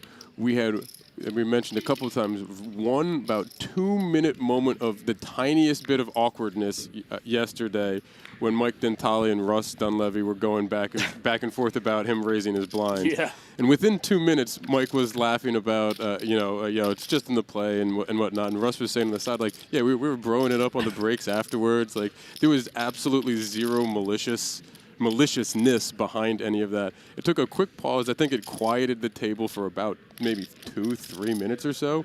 And then since then, it's even before and after, just a very entertaining, chatty table and very positive vibes from everyone that we've had pretty much. No matter what happens amongst these consummate players and consummate professionals, the air very quickly always returns back to the room as Carlos picks up the crabs after Max decides to open the button. Max opening, Carlos in the small blind choosing a call. Interesting small blind threes. I'm a little interested in that call, but now we're gonna get a squeeze here from Nick, but it's a squeeze with a pair of tens. I think he verbalized 2.3 million. No, essentially a shove. Or I guess I have to say. We were 2.3 million, correct? That is. I think that's what he said. Yeah. I believe so. Which is not an all-in, but as we've seen this several times, effectively committing the rest of his stack. I think Carlos figured when he was flatting that he's getting a fine price to set mine, and his implied odds of set mining in this spot could be fairly high, especially covering both stacks. Sure. And he's going to be under squeezed by Verderamo. It turns out that Nick has woken up with a hand, and now he's going to most likely fold. So production is counting me time on a decision? Right now, they want you to count his whole stack. Just want to know your whole stack. Oh, my whole stack? Yeah. We couldn't have waited until after that? No. 5. Getting a quick confirmation on the stack size, it looks like. 3.4. Plus whatever's in the E4. 3.4 even, yes. Before I go. Okay, now getting an accurate count. Nick has 3.4 million. Okay, yeah. Well, now he has a little bit more than that, as we see the chips go his way and both players fold. Correct. Yeah, you bet 3.3. I was just choosing a fucking. I was just choosing a number that fucking.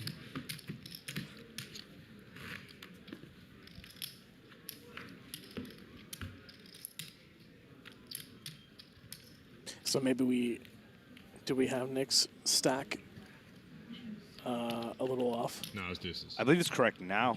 Yeah. I believe we did have a slight adjustment there during that hand. It wasn't that funny, so I didn't say it. But he had like 3,600,600 with the raises, the blinds. Yes, I mean that makes sense. Mm-hmm. Very next hand, we see Max, the ace-7 of diamonds, going to come in for another raise. Choosing the 310 size again. Action will fold over to Michael Renna with a king-9 offsuit in the big blind. And Michael, after posting his blind, will be playing off posting the ante, will be playing off about 10 big blinds effective. We'll make the call. We're going to go heads up to a flop here. Being last in chips, he has the least amount of ICM pressure now, and he's getting a decent right price there to with James. So it's not a huge gap when James would be hitting the blinds the next hand. True. But we are going to go heads up here. Max Young with the ace-7 of diamonds picks up the pair of aces. Michael Renna with the king-9 offsuit picks up a pair of nines on the ace-9-8 board. There is one diamond, so there's the backdoor straight and flush draws to go with Max's top pair. Michael's second pair with a high kicker. And not a whole lot else working here, and kind of a tough spot here to navigate off a short stack, as we're going to see just under 2 big blind c-bet here from Max Young. It does become very uncomfortable in a situation like this on these high boards, especially facing an aggressor. I think for this price, Mike has to peel one. For a more expensive price, I think Mike could just fold. But, and that's where it gets really uncomfortable, because this 250K does represent over 20% of his stack. And it also implies impending pressure on the turn or river as well. So we actually got a little bit of that earlier, right during our bubble play when we were dealing with Greg Bauer, and he said he folded the one top pair because he was never going to raise, and he was expecting to be facing barrels. He did not have a strong kicker. Wow, jams. Renna is going to jam over this. And a snap call from Max. Michael Renna all in and at risk with a pair of 9s. We see 1 king out. So Michael Renna going to need one of the 4 remaining outs available to him. Otherwise, he will be out here in 5th place. I'm kind of surprised with the snap call by Max, even though he does have the ace. So he's never folding a hand this strong for I this thought he would price. give Ace a little on the fold. turn will end the hand, end the action here. 5 in the club's a formality at the end. Michael Renna out in 5th place here at the 2026 Borgata Summer Poker Open's main event championship powered by BetMGM Poker. 5th place good enough for 54,100 and a heck of a run. We saw him, several times throughout the week. All different stack sizes, very, very aggressive. He also made a lot of really big folds as well, managed to avoid a lot of trouble. Very well played, Michael, and a fantastic score for him as we have another final table with Michael Renna on this year at one of these quarterly Borgata Opens, and wouldn't be surprised if we see him again very soon as well, potentially at the Big or in the Fall Poker Open. Michael, fantastic run, 5th place finish here. GG, Mr. Renna. Yeah, GG. And look at the chip counts here, though. With that, Max getting that knockout. Max over 7 million in chips. Carlos at 9.4. Those two are getting much, much closer in their stacks. So that dynamic and the pressure being applied, it's still available for Carlos, but he has to tread a little bit carefully around Max and around Nicholas as well. And now Nicholas, with James being the short stack, kind of getting put back into that cage here. So yeah, he is definitely caged and wanting James to be eliminated and secure that pay jump. But as we reduce the amount of players on this final table, all of these players' chip values start getting much closer to their true equity and true value. Yeah. And so they become a bit more pertinent to being able to play, right? So Real quick we here, can see Nick's chips in play. We see James taking some time with an ace-deuce in the big blind here to facing Carlos's open. And James off of about 10 big blinds. We'll see if he chooses to take a rip with this. He can send this. Again, specifically Carlos opening, I do like it. We see here that it would be very effective, but he's not going to choose this spot. It's a fine pass. Absolutely, as well. absolutely. We saw the look. We saw the look on his face as he folded that. Or are you asking if I did? No, I think I would have folded. It's funny. You can think 2 ways when you're in this for $25, right? You can be like, I'm in this for $25, let's run it, or you can think I'm in this for $25, let's turn it into 242,000. Damn, I would. Well, he's guaranteed 77.3K. That's a lot at this point. Off of $25 Saturday for online on the BetMGM online satellite offerings. Can't even ask my buddy Renna for that hoodie. There's no shot I'm fitting. Carlos looks down at pocket aces. This feels unfair. Carlos has aces. This feels unfair with the amount of aggression, but wait a sec. Where did that graphic go? There's no way he's folding aces. Are you sure? It's very possible he could just bin it. Yeah, I mean, too many bad things could happen. Obviously, he's been playing tight. Carlos? Wait. Okay, based on the action of us watching Max act right now, it appears that Carlos...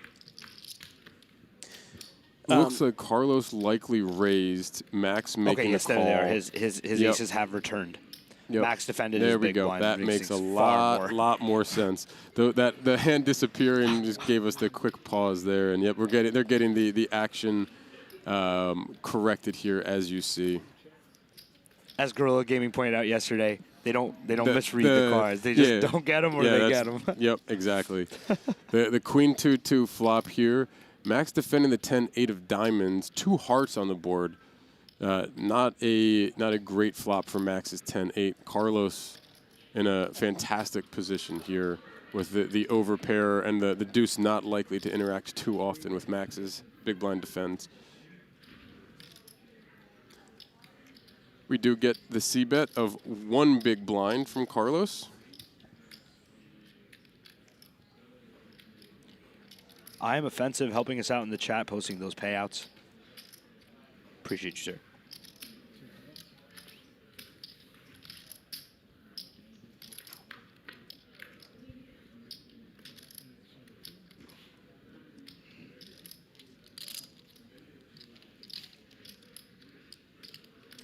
3 of diamonds on the turn after peeling the flop does bring in the backdoor flush draw for Max. And we're going to see him take a lead here for what looks to be 325 or 350. 225, excuse me. I am not too big a fan of this lead. Now when we get raised, we get blown off our equity by the chip lead. Yeah, we've talked about that. We've talked about that a few times. And obviously we can see that Carlos has the aces, but Carlos hasn't needed aces to be aggressive. Yeah, very true. So I would be shocked if we don't see a raise from Carlos here. 1.3. And there it is, 1.3, and sizing up a good bit here too. And kind of what you just said, Max putting out that little feeler, that little stab with a diamond draw. Now looking at 1 million chips to call on a 10 high. Sounds like my parents when they're trying to understand poker and I tell them a bad beat and they go, but why would you go all in with the king high?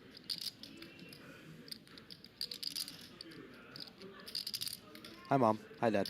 Hi, Mossy. Please don't tell us the rest of the beat.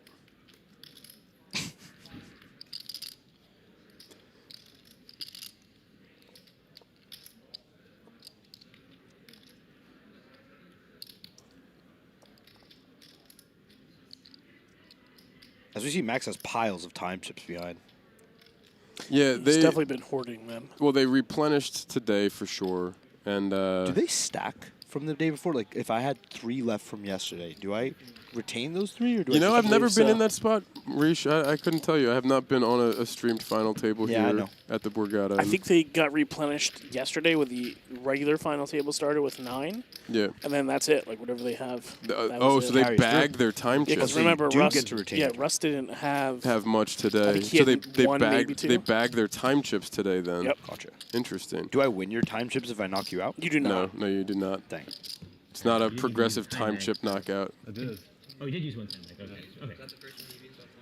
So Max getting away from that, and you see a little bit of separation again there. Carlos back up over 10.5 million in chips, and Max down to under 6.4 million in chips, and just that little bit of a gap opening back up at the top of our chip graph. Nick Verd coming in for a raise with a king 8 of hearts.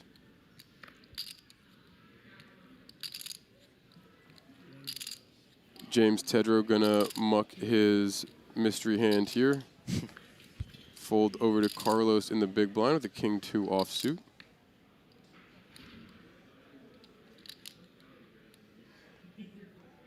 To the point before, you can keep a separation very comfortably, muck this, let Nick win the pot. There's some reverse implied odds to having a hand like this in the big blind. I don't think he's gonna muck it. He's gonna raise. We get a raise. I prefer that to a call. Very quick fold from Nick Verd. That was a bluff. Carlos up over 11 mil. No, I've got no bluffs. I just have good opens.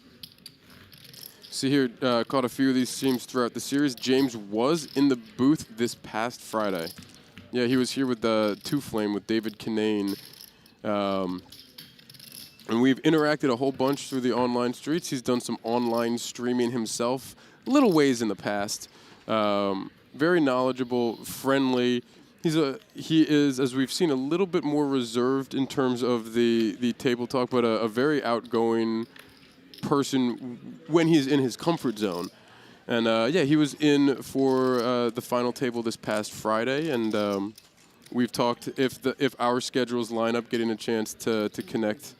At any upcoming schedules, should he make the trip, or upcoming series, should he make the trip out from Pittsburgh?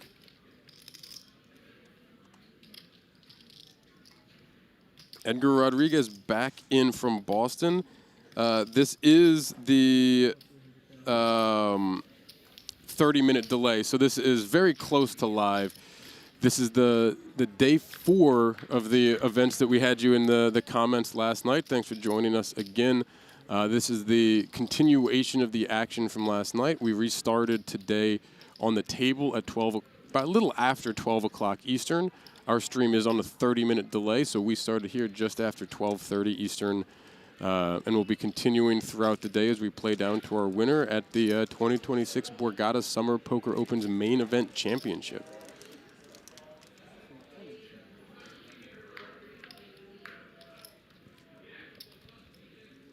Sean McManus, a known character in the online streets, bemoaning his inability to have sadded into this tournament for the same 25 that James did. We did also mention, dude, that he is not that the $25 satellite is below his standard buy-ins, and that we battle with him very, very regularly in the online streets, and that we also he does have six-figure live score as well. So this is not something that is new to him. But it is certainly worth highlighting, the ability to get to a spot like this off of a $25 satellite. And, I don't know that he would have made the trip out from Pittsburgh had he not. This is a long trip for him.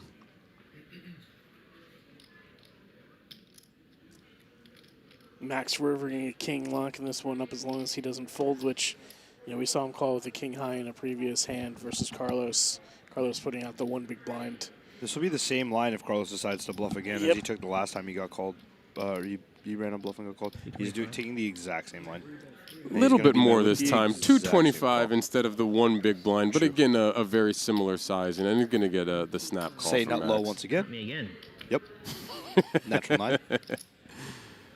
A pair of kings, and two pair with the kings and queens for Max, and some laughter at the table. I'm a huge proponent, by the way, of satellites. I think they're an incredible way to get access into these tournaments and to potentially make life-changing money. We have the comment about couldn't believe the payout to the deep stack 500 here, and yeah, it's you get large fields down at these quarterly opens at the Borgata, and you still get large fields at some of the action coming up in between. We brought up a few of the upcoming series. There's a six-figure guarantee next Saturday on the 8th. And then a smaller buy-in that we expect some large fields a little bit later in August, as well as some deep stack tournament towards the very end of the month. And we do get large fields down here. It's one of the premier tournament venues, on the East Coast. Satellite's even running right now on BetMGM Poker to National Harbor's Potomac series that they're running with a bunch of six-figure guarantees, including, I believe, a $500,000 opener.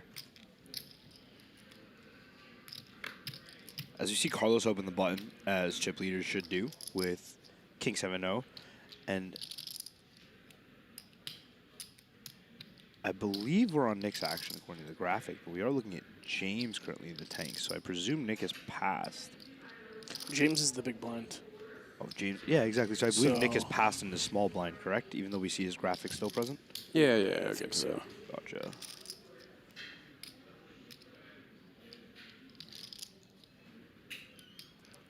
It's funny. James is getting a fine price to peel his hand. Decides to let it go. Wait for a better spot, which is probably smart. Guess you don't really want to stack off on 7 high or a 3 high board. Can't be a 3 high board. He could have flopped a straight flush, though. That would have been cool. Because yellows are a little. So your updated chip count with Carlos back just shy of that 11 million chips. Max right around just over 7 million. Nick Verderamo on about 3.5, and James still hovering just over that 1 million chip mark. And we haven't really seen James been able to string together multiple double ups a whole lot. He's been among the shorter stacks for all of the action today, almost all, if not all of the action that we saw on stream yesterday, plus most of the time that I knew that he was playing off stream. I did check in on him early in the morning again, having interacted with him and know him pretty well from the online streets, just kind of checking in to see where he was at. And he had chipped up a good amount earlier in the tournament and kind of like hovered and was a little bit on the seesaw, but never really has been in a position to really accumulate chips. And we've seen, not for anything except just he hasn't been getting cards to be able to even try to. And has not gotten impatient, has not really put a foot out of line, and we can see him all the way down to the final 4 without really having been able to get a huge chip stack late in this tournament. His very patient grinding has made him a lot of money of the short and middling stack. He hasn't had to do much. and he's just allowed the rest of the table to do the work. And that is also a very good strategy as a shorty, is to find the right spots to keep chipping up, even if you want to sit at a 10 or 15 big blind spot. As long as you can find spots to sustain, knockouts will come around you. Yeah, and he's done a very good job of exactly that, sustaining. We've talked many, many times, you know, butterfly effect has been mentioned many times this week, and just the impact of those little hands getting some of those rips through, and 400. you know, that has continued for James all week. Yeah, and with that, what he's seen is the other thing is the collision effect. Yes. By staying out of the way, he's allowed other hands to collide and take the pertinent space. We see here Carlos ISOing the 9-6, Max defending the small blind with a king-queen, having limped that. King 4-3 brings Max the pair of kings.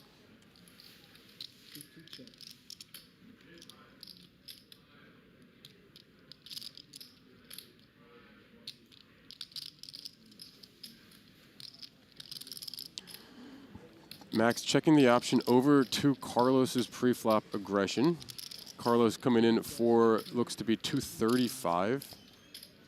Yeah, I just want to point out too, you know, Carlos has either ISO'd or tried to steal post-flop the last like 2 or 3 orbits, and he's gotten caught each time. But he's not straying away from the strategy that he's implemented to get him to this point up in the tournament. As we see Max, you know, still have top pair, and he's just going to let Carlos keep betting. I think once Carlos gets peeled after getting his ISO flatted as well. Well, maybe not anymore. We see the ace on the turn. We see the ace on the turn is a great hand for a great card for Carlos to continue to fire. Yeah, this is the one card where I could see Max being like, yeah, let's let him keep betting, and then, oh, crap. Yeah, and he does check again. I think a lot of that will depend on the sizing and how Carlos chooses to play sizing. I've probably been the only turn to barrel, to be honest with you, if I'm Carlos after. Yeah, maybe the 5, just because of the connection with a lot of the bottom of range. And we pick up that equity and continue bluffing. That was going to be my only other option. But considering what we've seen with Carlos, and if Max has been paying attention, been getting any of the information, he's going to know that Carlos is ISOing more than just aces. Yeah.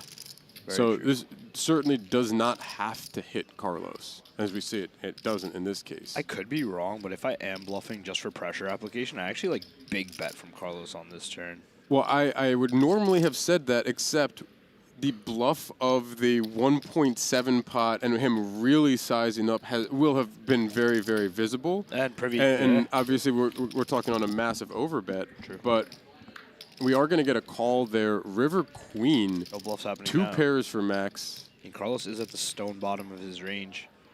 I am a believer, though, that just because I'm at the bottom of my range does not mean that I always have to run a bluff. And I think this is one of the spots where that becomes... Obviously, it's easy when you're looking at the cards, but... We'll see. I mean, Max picking up 2 pair on the river, and Carlos has taken the aggressive line many, many times. Now we're risking switching stacks.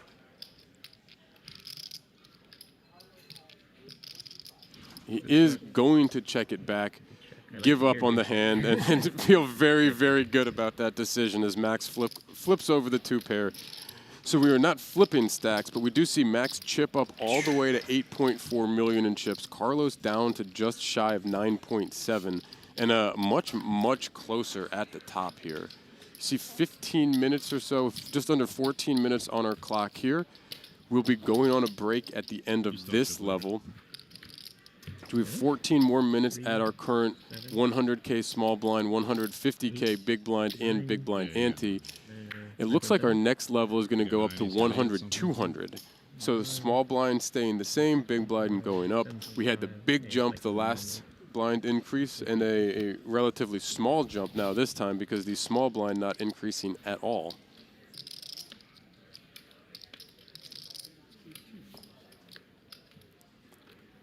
Action folds to Carlos in our blinds. Nick Verderamo on 3 million, just over 20 big blinds in the big blind after having posted his ante and big blind here.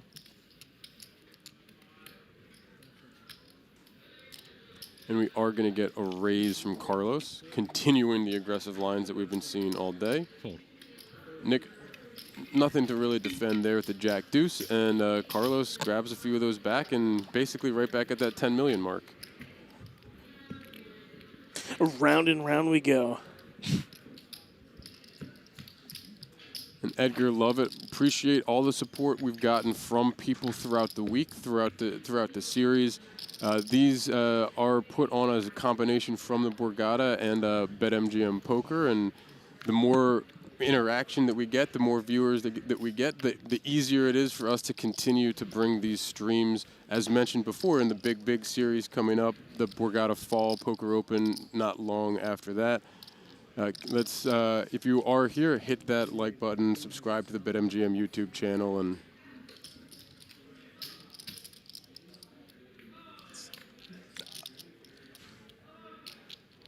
Cooch getting very excited about the big series over here in the booth. Yeah, if Poker Dave is in the chat, we'd love to be able to provide a stream for that series. That would be awesome. A lot of big events in the big schedule. series. The schedule of the events just got released yesterday, was it? I believe so. I believe the printouts were put around the casino yesterday, possibly the day before. So we're working on getting a potential stream schedule for that sorted still. That would be awesome. A lot of big fun events, and getting those kind of 10K, 5K events. We're going to get some names flying in here to big events, to New big Jersey. names for a big casino. In a big series.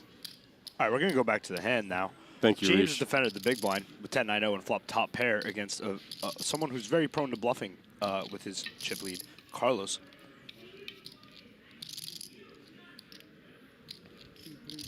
Normally, it's my job to reel us back in. Rishi, I thank was you very thinking much. that too. It's It's fine to become usually the de facto. flipping the roles there as I'm trying to reel you back in a little bit. We see the one big blind c-bet from Carlos, and we've seen him taking these small sizes a bunch, and we've talked about it in a lot of cases.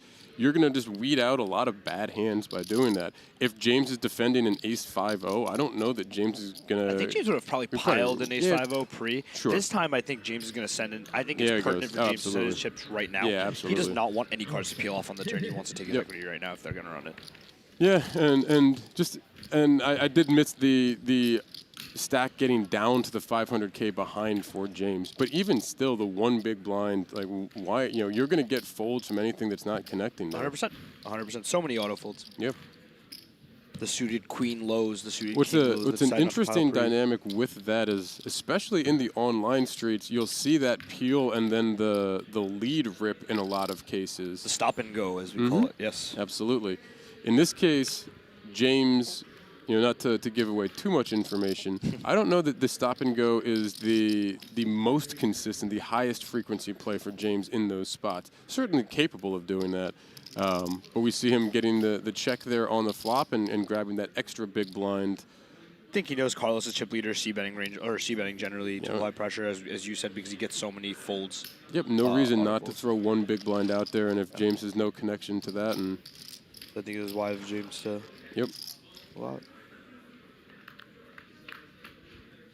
We're going to boo Joe Boygan for that comment, getting a surplus of value with the top pair there. That being Two Flame trying to crossbook action on the winner of this tournament. In the chat, he wants 20-1. I don't know if those odds are high enough, to be honest.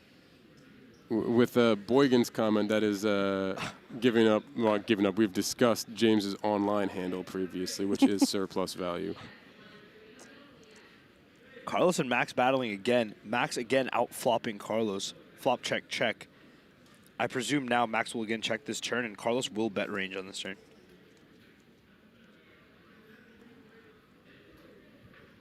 Carlos does not bet range on this turn. He's tired of bluffing or attempting to bluff Max, even though Max this is out just- of all the spots was the most pertinent. He's just had it. He's just had it every time. Three right? of hearts on the river, no change. Max is still ahead with the pair of sixes.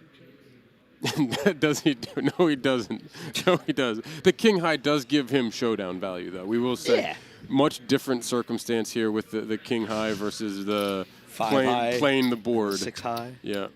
That didn't apply. Max and Carlos now fairly close Fairly to each close. other in stack sizes. Fairly close. That's under 4 big blinds separating them. So we have about 7 minutes until we go on our break. Yep, we can see the corner, or the clock. No, actually just the 1 clock, not the 2 in the corner, so a little closer to the middle of the screen there. That is their tournament clock as we continue four-handed here at the 2026 Borgata Summer Poker Open Main Event Championship.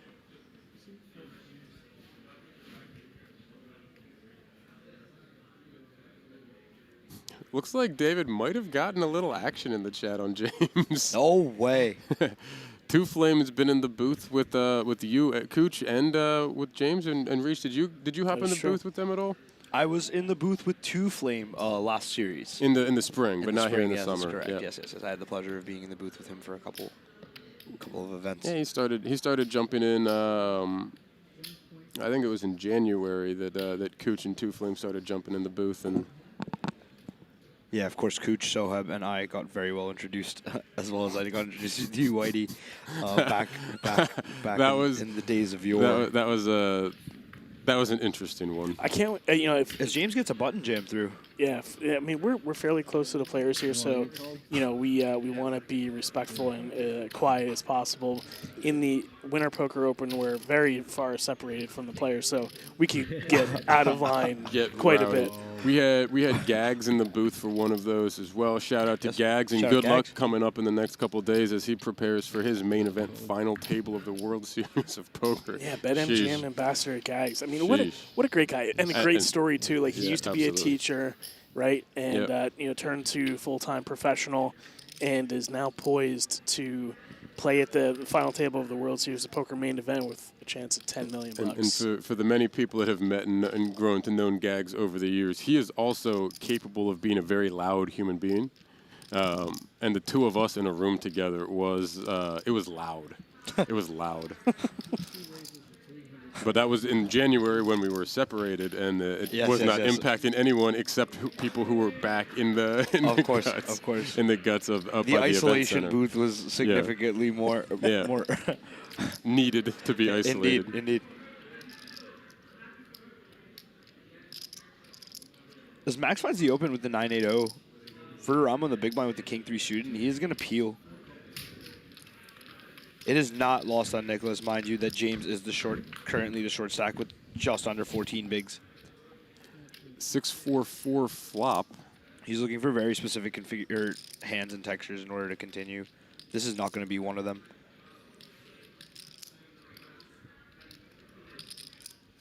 Yeah, I think if we were looking at 7-5-5, we might say big blind flop, and we're kind of hitting the types of defends that we might see a little bit more than the 6-4-4, just with the stack size of himself and James. That bottom of defend range where you might see some of the connecting cards gets a little bit dicier. 100%, and even with ICM, without ICM considerations, Nick can find leads on boards like this: 6-4 deuce, 6-4-3, sure, 4-3 deuce. But in this case, I think check passive is far better.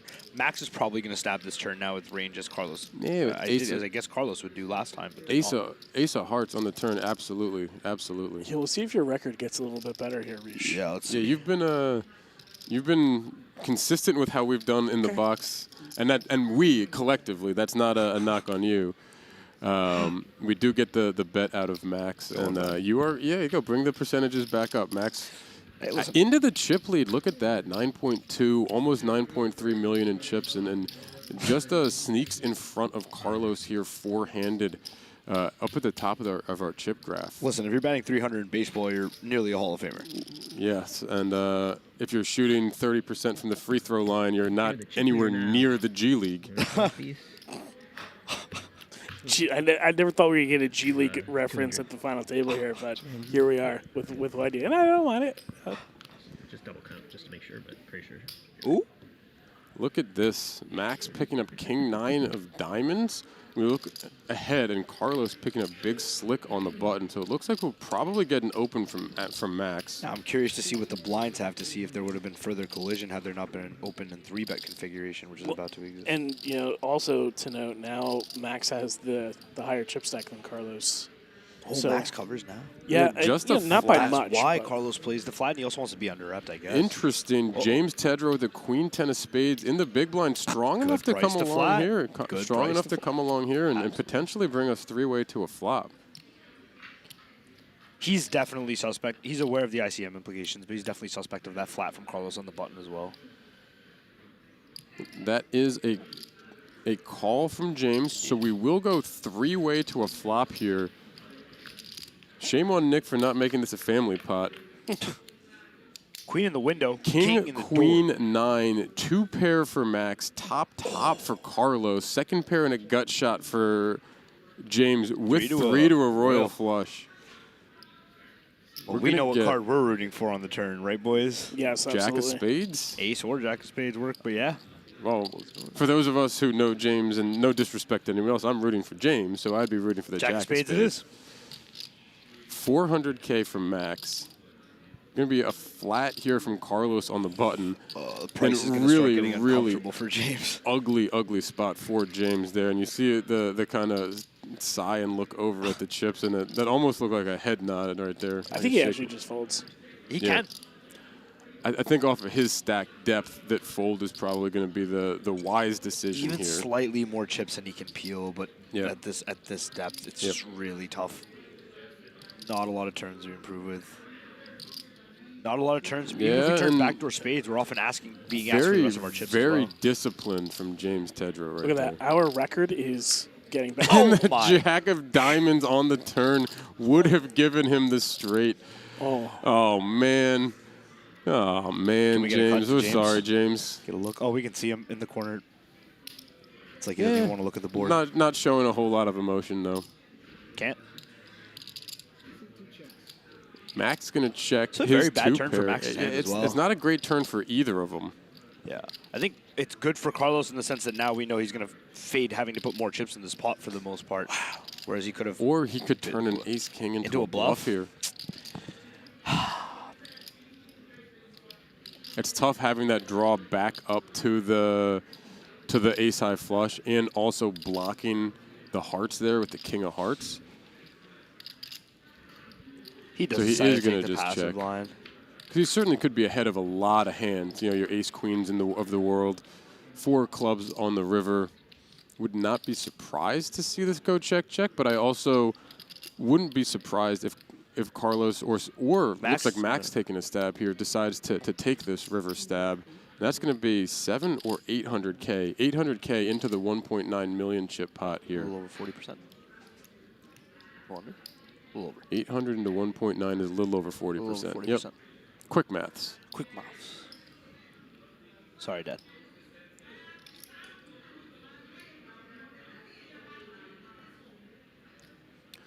And very uncomfortable spot for Carlos. Just one pair on this connected board and very good fold. Very disciplined and avoiding. Save me or hurt me. Saved you. Save me. It looks like we are going to be going on a break here. As we head to that break, Max opening up just a little gap at the top here, 10.5 million in chips. Carlos Chadha just over 8.1 million. Nick Verderamo at 2.5, James Tedrow at 1.4 million in chips. We're heading on just shy of 15-minute break. We'll be back to continue action here at the 2026 Borgata Summer Poker Open Main Event Championships final table, playing down to a winner and 242K up top. We will be back. Stay tuned.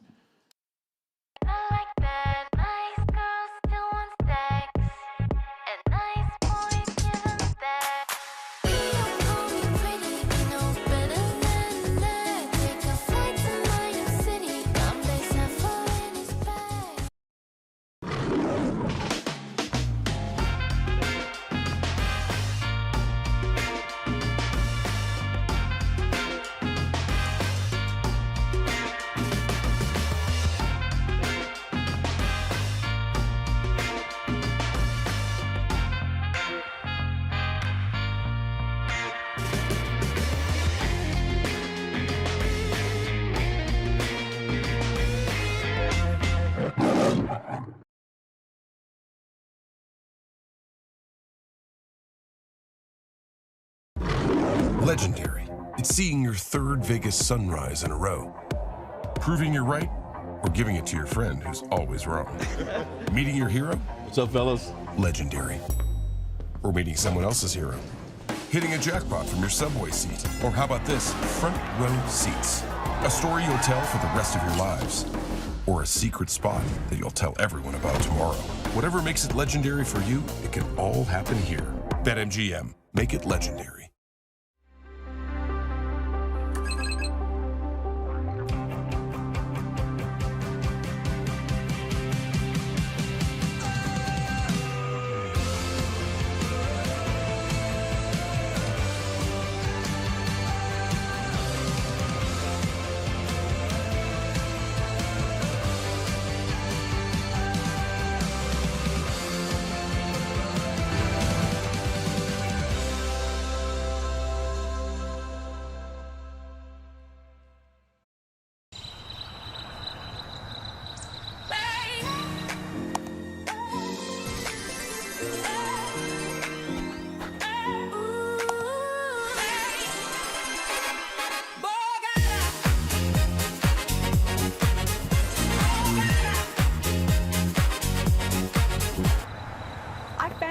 The all-new Borgata Online. That's some lucky dough. New casino player offer. Win up to 1,000 bonus spins today.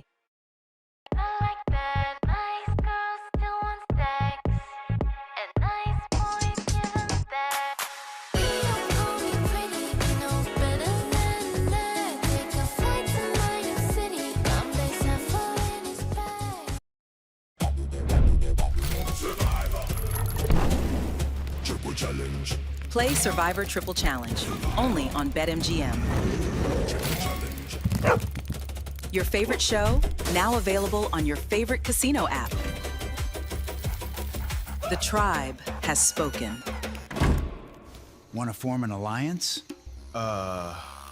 New casino player offer. Deposit for up to 1,000 bonus spins. Take on the wheel for more.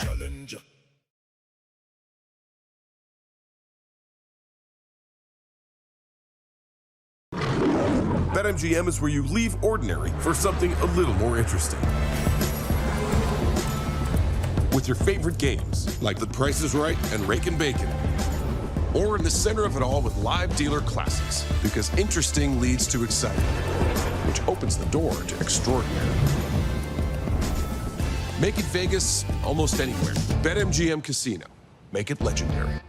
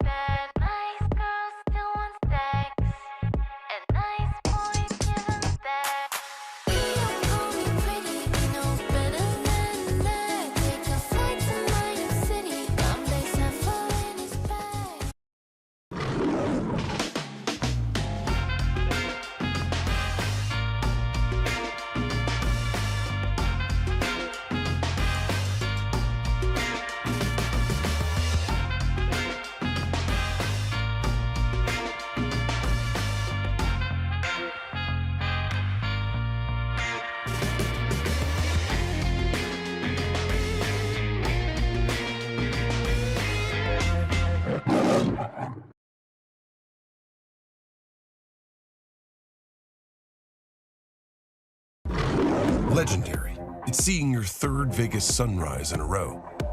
Proving you're right, or giving it to your friend who's always wrong. Meeting your hero? What's up, fellas? Legendary. Or meeting someone else's hero. Hitting a jackpot from your subway seat. Or how about this? Front row seats. A story you'll tell for the rest of your lives. Or a secret spot that you'll tell everyone about tomorrow. Whatever makes it legendary for you, it can all happen here. BetMGM. Make it legendary.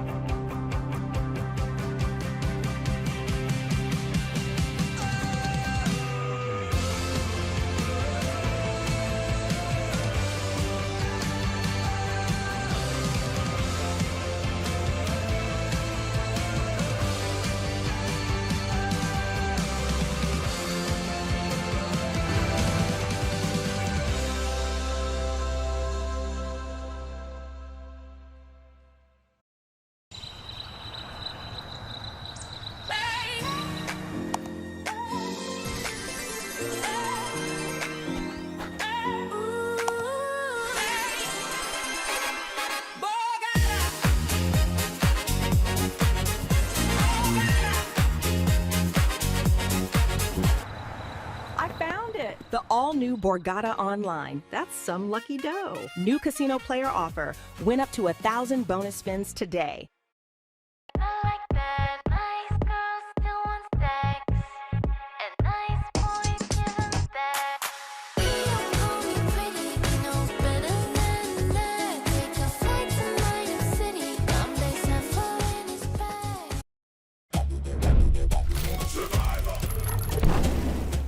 Challenge.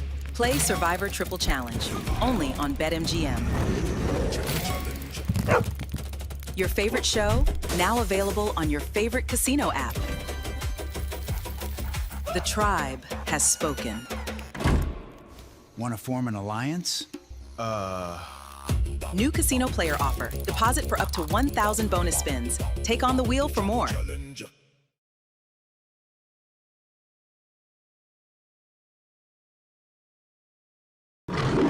BetMGM is where you leave ordinary for something a little more interesting.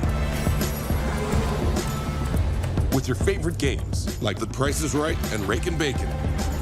Or in the center of it all with live dealer classics, because interesting leads to exciting, which opens the door to extraordinary. Make it Vegas almost anywhere. BetMGM Casino. Make it legendary.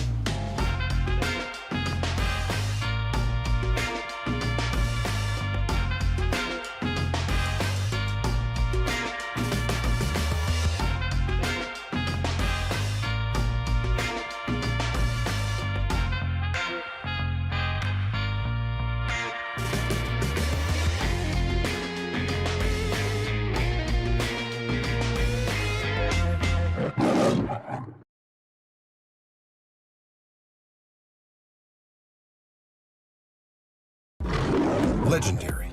It's seeing your third Vegas sunrise in a row. Proving you're right, or giving it to your friend who's always wrong. Meeting your hero? What's up, fellas? Legendary. Or meeting someone else's hero. Hitting a jackpot from your subway seat. Or how about this? Front row seats.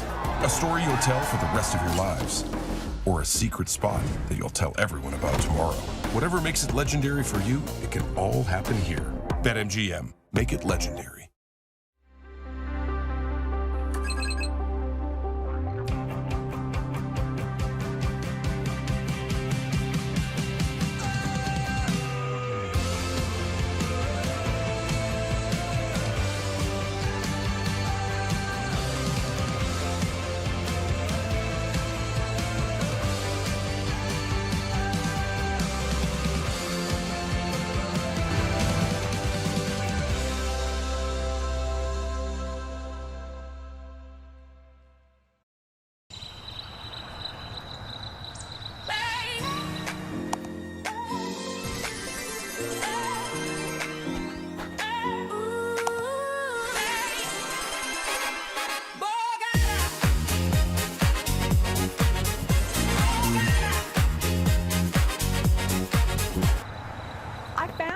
The all-new Borgata Online. That's some lucky dough. New casino player offer. Win up to 1,000 bonus spins today.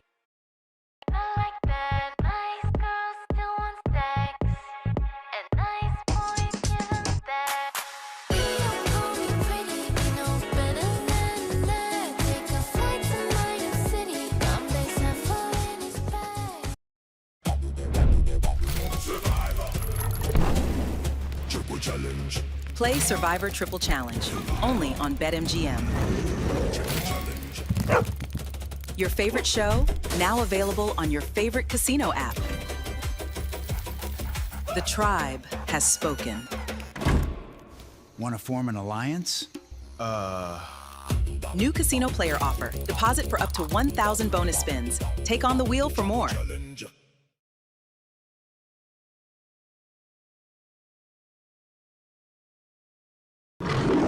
BetMGM is where you leave ordinary for something a little more interesting. With your favorite games, like The Price is Right and Rakin' Bacon. Or in the center of it all with live dealer classics, because interesting leads to exciting, which opens the door to extraordinary. Make it Vegas almost anywhere. BetMGM Casino. Make it legendary.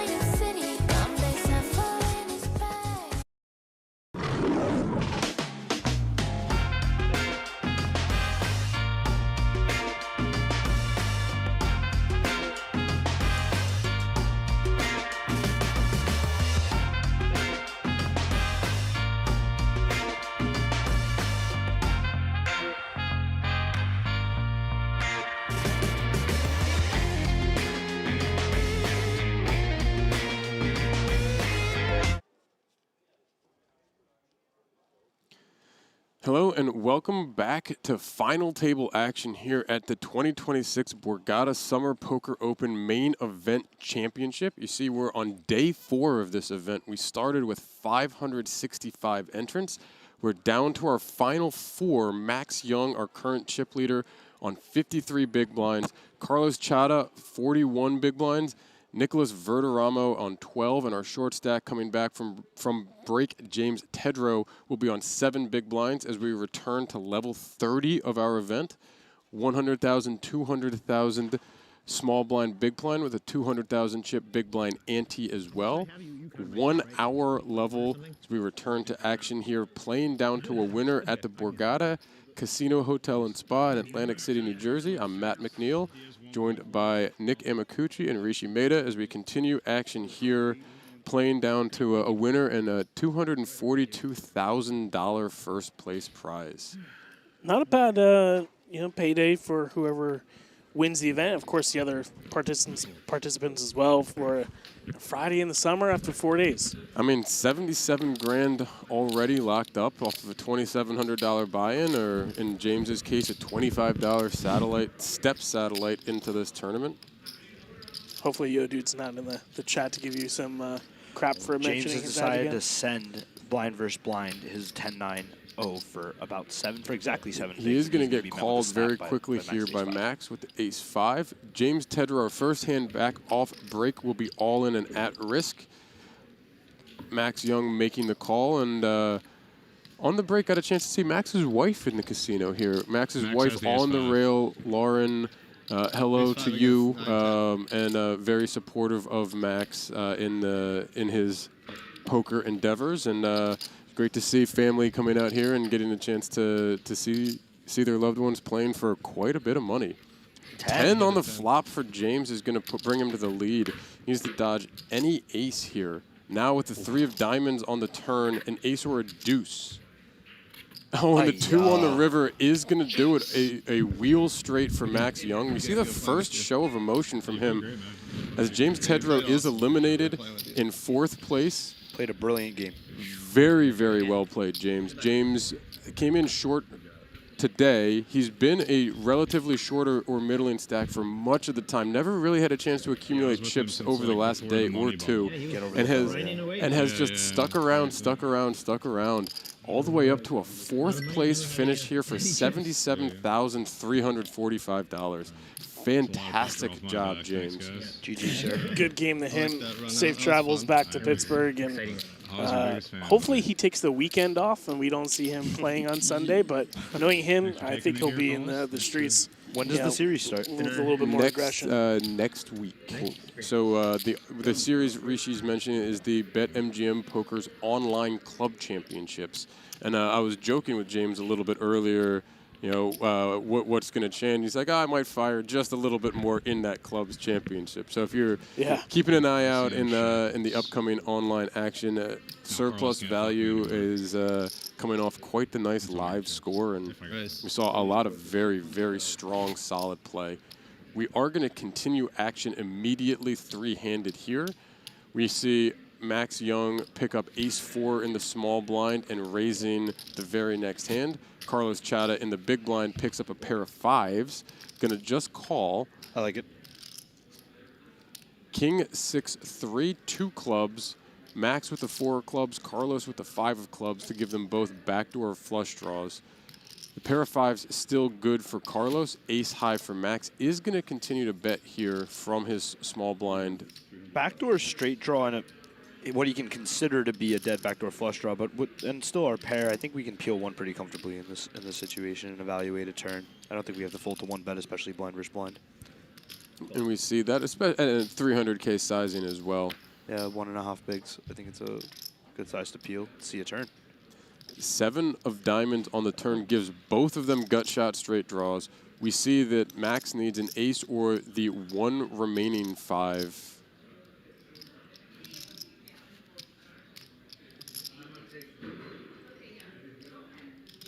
I think we see a lot of check here. I was going to say, I don't think Max wants to keep barreling here because he doesn't want to get blown off his now improved equity. Both of them with some level of showdown value. We could certainly have seen Carlos peeling that flop on a flush draw.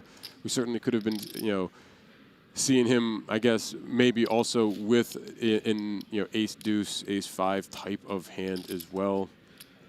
So not necessarily something where Max is going to think he's way behind, could be drawing to a chop, or certainly could still be ahead. Nick bringing up our collective average of... I was just going to say our commentary average is now risen. As long as I don't make any predictions, I think we'll be fine. 10 of diamonds on the river. We see the check mark next to Carlos Chadha. Let's see if Max decides to take a stab here as he has the initiative. Was our pre-flop and post-flop aggressor. Somewhat relevant, I guess, that he does unblock diamonds, and backdoor diamonds did come in. And some of the floats do contain, Carlos's floats do contain backdoor diamond. It is going to go check. Carlos going to take down the pot with the pair of 5s. Max showing the ace relatively quickly. Ooh, and 5 would have been a nice card. Yeah. Action. Wow, real estate management sending his winning bet our way against Two Flame, treating us to a dinner. All right, Two Flame. I wonder if Two Flame's going to make the trek from Philly to pay that up today. That could also just be in future commentary gigs. No, we want Homestead Two Flame tonight. I won't be here for that. Hop on the road. I won't be here for that. On the road. You're snap leaving? Not snap leaving, but pretty quickly. You got time for you can get a fillet to go. Fillet for the road. Fillet for the little road. I don't know. I don't think I'm gonna take a good steak to go. Never had a road mignon? Don't think I'm gonna take a good steak to go. Way to ruin a good steak. Been weighing in the big blind? A road mignon. I love it. It's great. We haven't been here long enough to fall off the rails just yet. Fair enough. We see Max here with the King 10, going to open from the small blind. Action over to Nick Verderamo in the big blind with the Jack 9 of hearts is going to be enough to make a call. Ooh, you may get to see an aggressive check out of position from Verd here. Yeah, we only got like 1 in the beginning of the stream so far. I feel like, yeah, we haven't gotten our fix King too much. 8-6, top pair for Max. Bunch of backdoor things for Nick. Ooh, that was a quick little tap.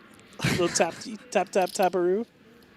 The running theme throughout the day yesterday was the aggressiveness of Nick Verderamo's checking. So he was frequently tapping the table very forcefully. We do see a C-bet here, 1.5 big blinds again from Max with the pair of kings. Good enough Verderamo to push Verderamo out of the hand and to take the pot down. Max back up to just shy of 12 million in chips here. And you can see now as our blinds have gone up, Nick Verderomo's 1.7 million stack down, really kind of getting into that danger zone, especially three-handed with this big blind ante. He's under 9 big blinds and putting in 300,000 every third hand, or excuse me, 500,000 every third hand.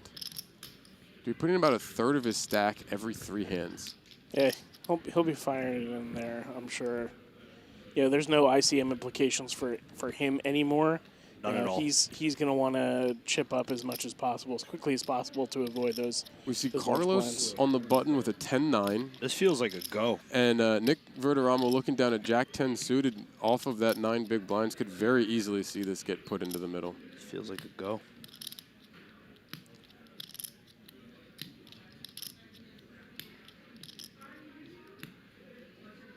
Again, I'm so interested. He Wow, is it's going a to pass. fold. So interested about the evolution of tournaments. Now 5 starting stacks going in as our big blind. 10, including the Folds over to Max, who is going to peel the big blind here with his queen 4. We're going to go heads up to a flop. Max Young with a queen 4 offsuit. Carlos Chadha with a 10-9 offsuit here. In position and our pre-flop aggressor. 5-2-2 on the flop. Interestingly enough, one of these boards that Max can actually lead, especially having the chip lead as well and being able to apply pressure to Carlos. Smashes Max's range. Does decide to play check. I don't know about the deuces pairing smashing Max's range. Probably prefers to have a 3 or a 4. I was going to say, if that was, we were just talking about that a few moments ago, about the 4-4. I would say that for the chip leader, about that 4-4, 5-5 range, a little bit more likely to be the one that's much better for them. I will say I am shocked to see Carlos continue on this board. I guess it's fine. Yeah, I mean, Carlos... A lot of paired board against you.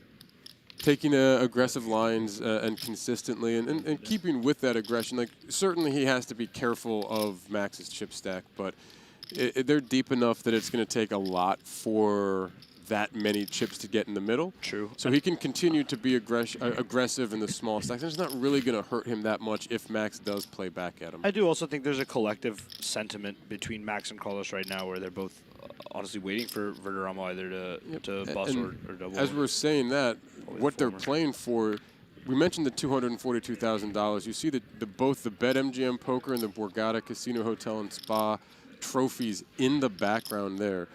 Those will both go to the winner, and kind of getting down to that heads up is what they really want is to not put themselves in a bad spot right now.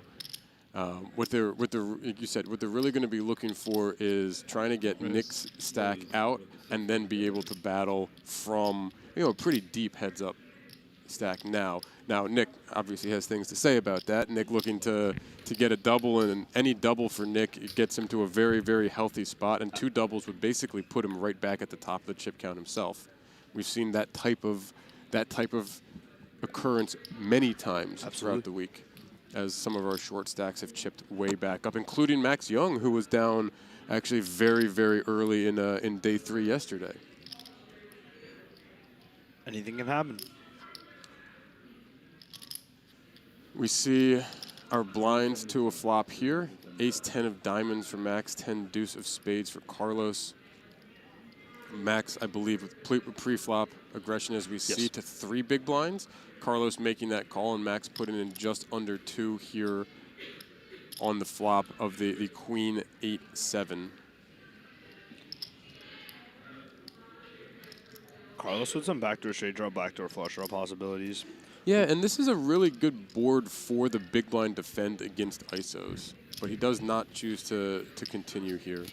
It's funny, if there weren't so many ICM implications, it's actually kind of a fun board, blind versus blind, to raise. Yeah. And then keep barreling on turns where we pick up equity. We've talked about this a few times. The top of range and bottom of range raises from the small blinds there You know, a lot of the time that's including your big aces, and that's including your really weak cards. And you're not getting as many of those 10-9s, Jack-10s, 8-7s, Queen-7 suited, not necessarily making those same raises, but a lot of those types of hands will be defending. Most definitely.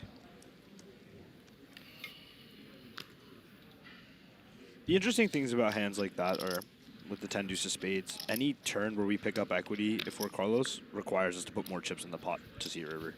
Yeah, and that's a big consideration here, as it had already gotten 1.4 in the pot pre-flop, and we're going to see an all-in and a call here as Nick Verderamo with the ace-queen of spades. Max Young making the call with the ace-10 offsuit. Well, hand played itself. Diamond and a heart. Yeah, never anything else happening with Nick on about 7 big blinds here. Max has 2 flush draws. Wow. Max looking for a 10 and finding a 10 on the flop. Queen on the turn, though, flips that back for Nick Verderamo. Nick now needs to dodge a king or a 10 for a full double. 8 of clubs coming in, gives a full double over to Nick Verderamo. As we see him chip up over that 3 million chip mark, 3.2 million chips, about 16 big blinds. And as we said, all it takes is one for him to get to healthy. If we get another from Nick Verderamo, we'd be seeing him right up there and very close towards the chip leaders here. It's a lot of chips. I was thrilled when you jammed. So I saw your hand. I was thrilled when you called. I was thrilled as well. Everybody was thrilled in that hand, actually. Thrilled on the flop? Yeah, I was sad on the flop. Even with $116,000 locked up, which is part of why we're going to have everyone in good spirits, but playing for 167 second place, 242,000 for first place, you know, they're still playing for a very large amount of money, right? We're talking about 126K from third to first. Very high spirits. You see him friendly chatting at the table, banter back and forth. Doesn't feel like there's a whole lot of ill will at any point that we've seen. I guess you can relax with this kind of money locked up, but you can also take the Kobe mindset and say job not finished. Yeah, I mean it's job a little finished? It's a little bit of both. You got like 3 million? 3 point something. 3 point something. Fantastic count. We are gonna get send it. Let's go. Yep. A limp, a rip, and a snap call from Nick Verderamo. And Nick primed to double Verderamo again. in a huge position to potentially find another double. Ace-9 for Nick Verderamo, dominating the ace-2 for Max Young here in a blind versus blind battle. This is a huge pot. It's 33.5 in the middle. 6-7-4, no change here, some backdoors. Oh my gosh. 8 on the turn. Doesn't matter. 5 still gives Verderamo. 5 on the turn gives Nick Verderamo the straight with the 9 high. And there's Nick Verderamo doubling up twice, all the way up to 6.7 million in chips. Look at this chip graph. Look at this chip graph. We just went from Nick Verderamo on about 7 big blinds all the way up to 3 people within 10 bigs of each other. Carlos Chadha back into the chip lead at 8.7 million, 44 big blinds by not playing a hand. Max Young down to 7.1 big blind, or 7.1 million, about 31, 32 big blinds. Nick Verderamo just like that, up to 6.7 million and 34 bigs. Holy cow. Just like that, this tournament has flipped on its head. Honestly, yeah. If you're Chadha, you're probably pretty sick. As the chip leader, I guess you get even distribution now, and you get to apply some pressure equally to these two. But honestly, but it's not that much of a gap for him to be able to really apply too much. Much rather just make the $51,000. You know, I would have wanted that first one to have gone Max's way. I think I would have wanted that second one to have gone Max's way. Now that I'm in the chip lead, like, don't get me wrong, I'm happy to be chip leading, but I would have taken the money too. Nick now opening the ace-7 of diamonds on the button. Oh, wow. Very next hand. Carlos wakes up with king.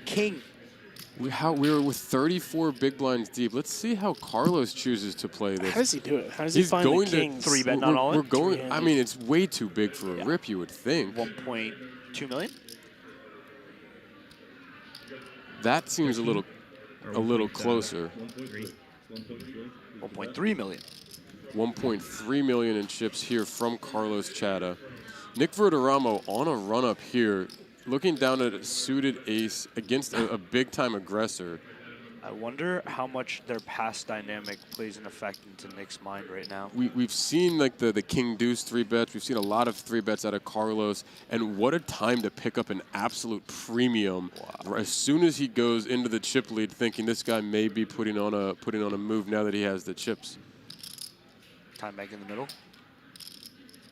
And Verderamo does not look like he has any intention of folding.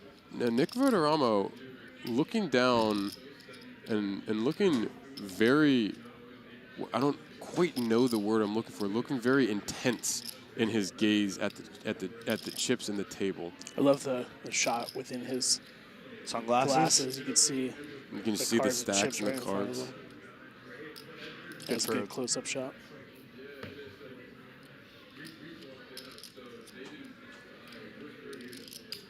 His hand on the button can actually play peel. Yeah, he has plenty of options for him here. I think the only thing we won't see is a fold, considering the strength of a suited ace three-handed and being deep enough to be able to play. Especially with only under under 7 big blinds. Especially with the dynamic that these two have as well. I don't think he's too keen on folding after the folding he did yesterday. So interesting to think as well. Carlos could have sent Carlos home with the hero call yesterday. Wow, he goes all in here, and he's going to be met by a snap call from Carlos Chadha. And after all of that, what a tough spot for Nick to find himself in. Is even after the 2 double-ups, he will be all in and at risk again, this time for 34 big blinds with the ace-7 of diamonds. Carlos Chadha makes the call, is ahead with his pair of kings. 1 in 3 times, Nick wins this hand. You can see it. It is 63 or 67-33 favorite for Carlos. 10-8 deuce with 1 diamond. Diamond on the turn for a sweat. Diamond on the turn for a sweat. Deuce of diamonds on the turn. Now an ace or a diamond to give Nick Verderamo a commanding chip lead. Otherwise, he will go home. 3 of hearts will end it for Nick. Carlos Chadha picks up a huge pot 3-handed there, up over 15.5 million in chips. But a big congratulations to Nick Verderamo, our 3rd place finisher here at the 2026 Borgata Summer Poker Open Main Event Championship. 3rd place for $116,500. Not too shabby. Fantastic job, Nick Verderamo.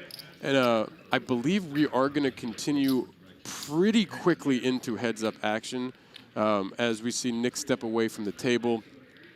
And sometimes we've taken breaks as they've been preparing heads-up.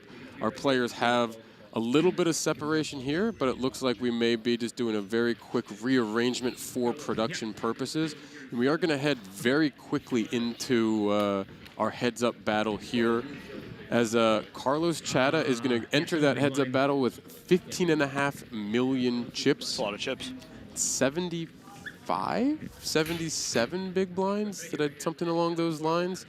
And Max Young going to be entering with, I believe he was in around 7.5 million chips, 36 big blinds I believe he had going into that last hand. So a nice little chip lead here for Carlos Chadha. Max Young still very deep, plenty to play for here. $167,985 currently locked up. First place prize of $242,385, as well as the 2 trophies that we saw previously and we'll expect to be able to get a glimpse of shortly. So cool seeing our Guerrilla Gaming crew hop in there. It's like watching a play change scenes as they move the set around and rearrange it a little bit for our viewing pleasure. And sometimes we've done this, with a 10-minute break, 12-minute break, depending on where we're at in the tournament. We are gonna continue in just a moment, so we're gonna stay here again as they're getting the final things set up and ready to go. We see Carlos rearranging his chips. Those can go pretty much wherever they want on their side, relatively close to them. Yep. They have specific card readers that they're going to be using on the felt. Have fun. Me too. And we are down to our final 2. We see the results from our final table so far today. Andrew Porter in 7th for 36,000 and change. Russ Dunlevy 6th for almost 43 grand. Michael Renna 5th for 54K.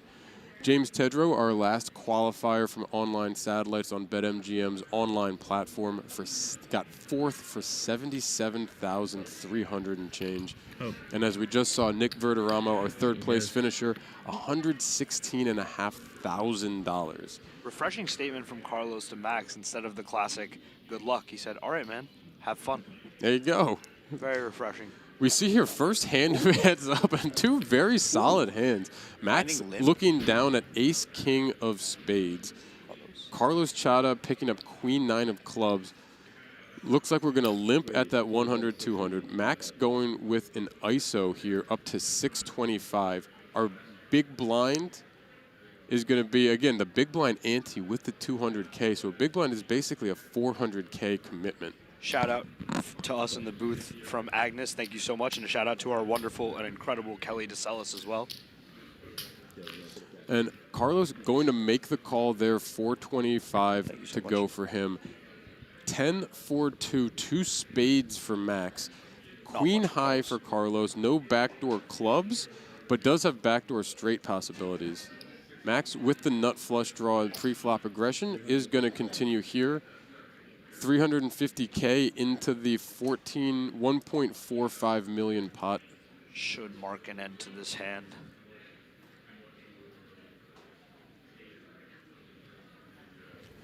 And it will. Carlos stepping aside. And one of the interesting things here with the live scene, both of these are very accomplished players, very, very experienced, well-traveled live players. So we will expect them to have some live heads up as well. One of the things that we often see is, when we get down to this part, is in a live scene versus online players. Online, you play so many more tournaments, you tend to get to heads up a good bit more often, just in the sheer volume of tournaments. When you play live, you're not always getting people that are going to be as experienced heads up as we expect these two to be. And this is a very, very deep heads-up match. You can see our short stack on just shy of 40 big blinds. Carlos on 75 big blinds. We've got about 113 or so big blinds on the table. So we're looking at quite a lot of playability here as we continue at the 2026 Borgata Summer Poker Open main event championship in our heads-up battle. Yeah, this rate, Carlos actually has an incentive to drag Max into deep water, right, with this 2-1 chip lead and just grind him down as much as possible. No need to take any significant spots or significant all-ins at the moment, unless we're getting in dominating.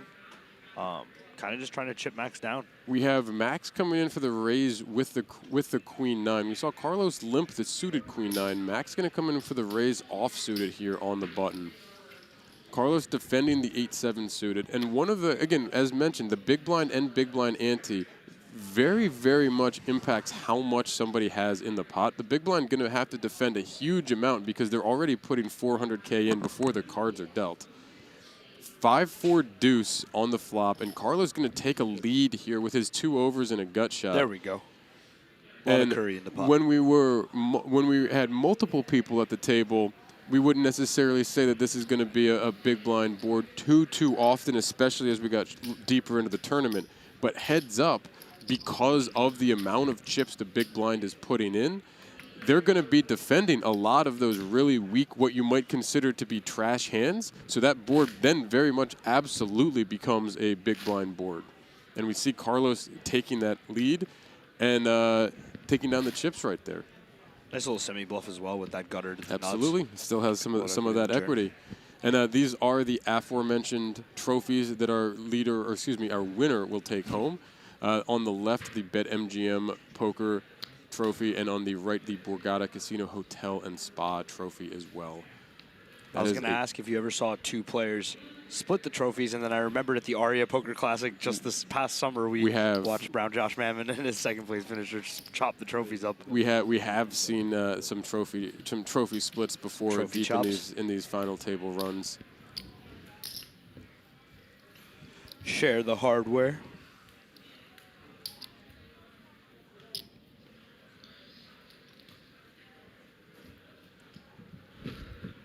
all those at home who aren't too familiar with heads up or haven't seen a lot of live heads up, you're obviously going to be playing a significantly larger range of hands.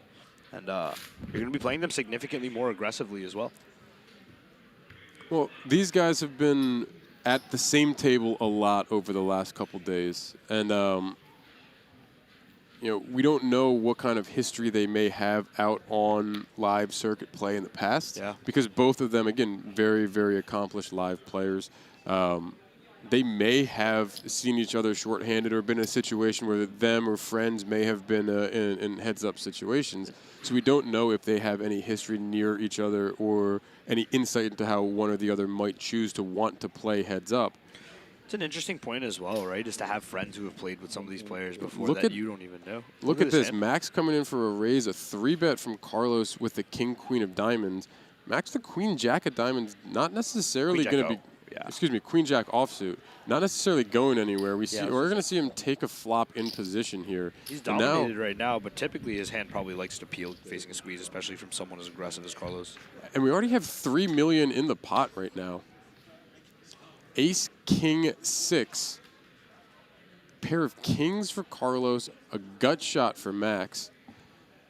And the pre-flop aggression not necessarily always going to favor Carlos here because Max is going to do this with a lot of aces as well. Depending on the make and the strength of those, you know, those middling suited aces are absolutely going to be peeling as well. I think this still warrants a C-bet, and Carlos concurs. And we're going to get a very small C-bet to weed out things like your, you know, 7, 8, suited, 8, 9 7, 10. suited, something along those Absolutely. lines, exactly. So I think Max can actually peel for this price. Max with the gut shot, I would expect him to peel with this price. Carlos is C-betting 8s, 9s as well, 7s. Yes. And we've seen him range. choose this. We've seen both of them choose that smaller 1.5 big blind sizing multiple times. Absolutely. 4 of clubs on the turn, no change here. Max behind, looking at a 10 only for the Broadway straight. Carlos ahead with his pair of kings and the pre-flop aggression. I think on this rainbow texture, check is just fine for Carlos. I don't think there's too much protection our hand needs anymore or too much equity denial, and can allow Max to bluff some rivers and also give us some pot control. We are going to get the first Carlos does check play here. check, yes. But interesting for Max, if he thinks that Carlos is going to get out of line, is he going to start potentially looking to bet here? True. Or if he thinks Carlos is going to fold 8s and 9s right now. Absolutely. He is going to check back, considering that queen, not impossible to be ahead, unlikely to be ahead right there. 2 of diamonds on the river, no change. We see the check mark.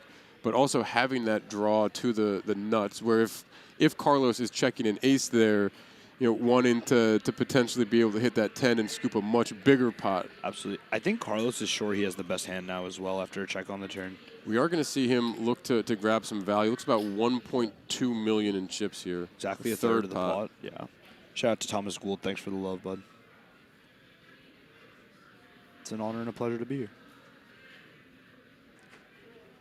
I think this is a comfortable fold for Max. I don't think we're finding many heroes here. Yeah, this is kind of a weird hero call.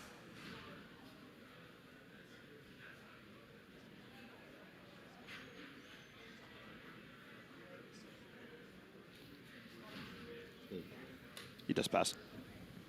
Yeah, I was taking a look at Max's stats. 3.8 million in earnings. Last year he had 4 seconds and a first in the $2,200 WSOP circuit in Cherokee for $100K. So he's definitely no stranger to heads-up play. Haven't checked our other competitor. So Carlos will show up as Carlos Villamarin or Carlos Chadha. He is asked to be called Carlos Chadha. We see with that hand, Carlos up over 1.6 million, or excuse me, 16.8 million in chips, 84 big blinds, opening up a pretty good chip lead here as Max just under 6 bigs, not quite 3-1 chip lead. We're going to get a limp here from Carlos with the 10-7. Max going to check the option in the big blind with his queen 7. So we will see a flop here. Max dominating Carlos's hand with the queen high here. Ace 6-5 No pair for anybody, both with some backdoors, and Carlos the high end of one of those.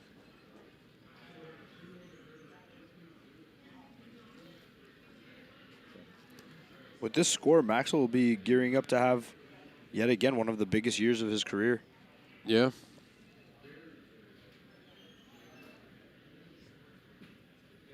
Going to check his queen high. Carlos going to take a stab here with his 10-7. And a very quick fold from Max, and Carlos going to scoop a pot up over that 17 million chip mark, and now over 3-1 chip lead. Yeah, so Carlos, 3.3 million in earnings for him. A couple of years ago, he actually took 5th in a 5K here at Borgata during the Winter Poker Open for 155K, and then followed that up a month later with the Potomac Winter Poker Open down at MGM National Harbor, getting 2nd in their 3K for 194K. So 340K within the span of a month for him. So these guys are no stranger to these deep runs and playing for a lot of money. The moment won't be too big for them, we would imagine. Just a fold here from Max pre-flop. And with the Jack Deuce offsuit, the Jack High is going to be ahead of a lot of hands, but it is just going to play so ugly in a lot of cases. And considering now the little gap in chip distribution, and that he's only putting in 100K as opposed to the 400K you put in a big blind, deciding to choose a different spot there. I'm going to limp dark next time. Is that you're going to limp dark? Might start limping though. Fun little back and forth there. Max threatening to limp dark. And Carlos picking up a hand with a pair of 10s here on his button. Max also having a 10 in his hand.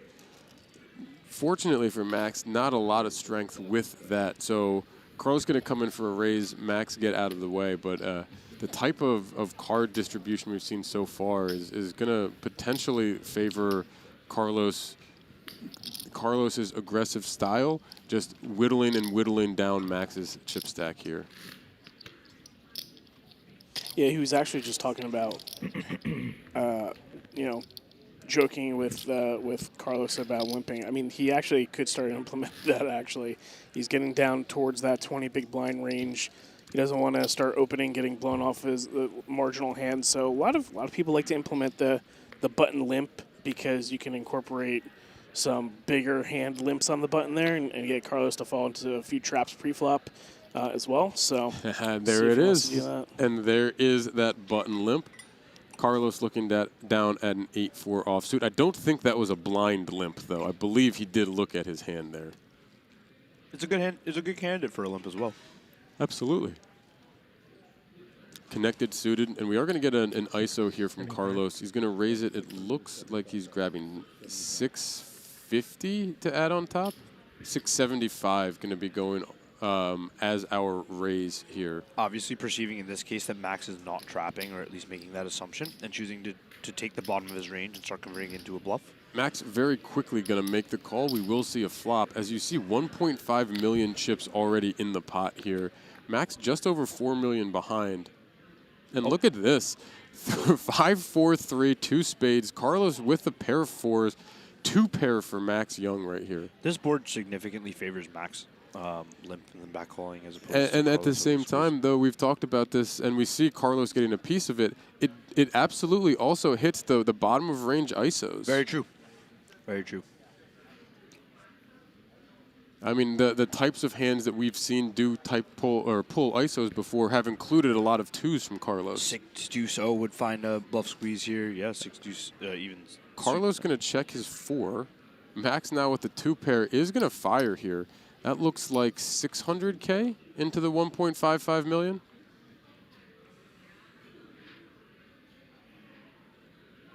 Drilled it, Woody. It's 2 chips, so it was not that hard of math. I was math. reading the chat when the bet came out, so I presumed it was a cascade.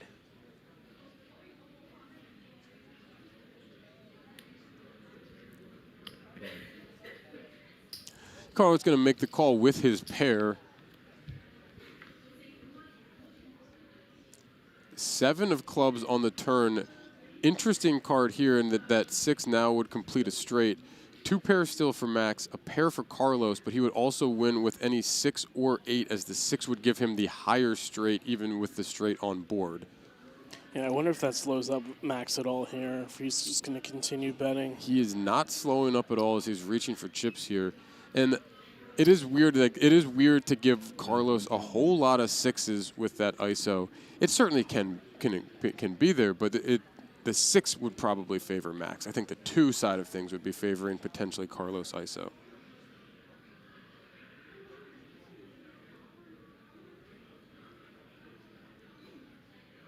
Choosing 1.1 million here, so again, kind of in that same 40%-ish of pot. With this bet sizing, it kind of creates the indication that Max has no intention of folding his hand. We are going to get a call here from Carlos. SPR is now half. Yeah, Max with 2.5 behind into a 5 million chip pot. And the 8 on the river gives Carlos the check mark and the 2 pair on the river. Front door spades have arrived as well. This is a pretty dynamic texture. I don't know what I'd do in any of these spots. I feel like Carlos can just rip right here, right? Really? I think Carlos has to play pure check. Just if Max wanted to bluff, he would be allowed to continue bluffing. Sure. But he can also now check. Like, I might be checking back this for Max. He's going to look down at it. He is going to go all in. The spot. I don't think we get. Well, definitely can't fold now. It's very. I mean, it's tough to hit 1 pair heads up, much less 2 pair. Our price is insane. This board though is a little bit scary. This is we'll the see dangerous if part about calling the turn. We'll see if Carlos does decide to make this call. If he He's does, getting we a have a count. new Borgata Summer Poker Open champion. 2.45. Oh, graphic confirmed.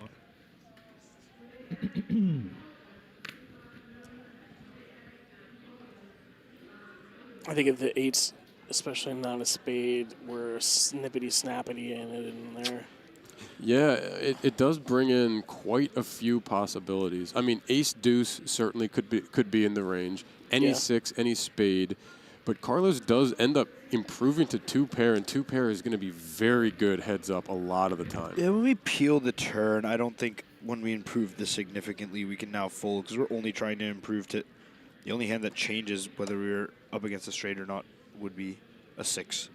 Well, whether we're going to win the hand against a straight. So you know, if Carlos calls and loses here, he's essentially still going to be the chip leader. He will have a chip lead, and it'll be fairly close. His risk premium's fairly low to call off this river, especially with the amount of chips in this pot. And he stands to win the game if he puts in the chips. So we'll see what he chooses to do here. I mean, he's taking his time here, and this is under no circumstances a slow roll. Some might consider it a nit roll, but even then, this is such a big spot. There's so many hands out there that beat him. Carlos is just going to take his time. Really. Absolutely.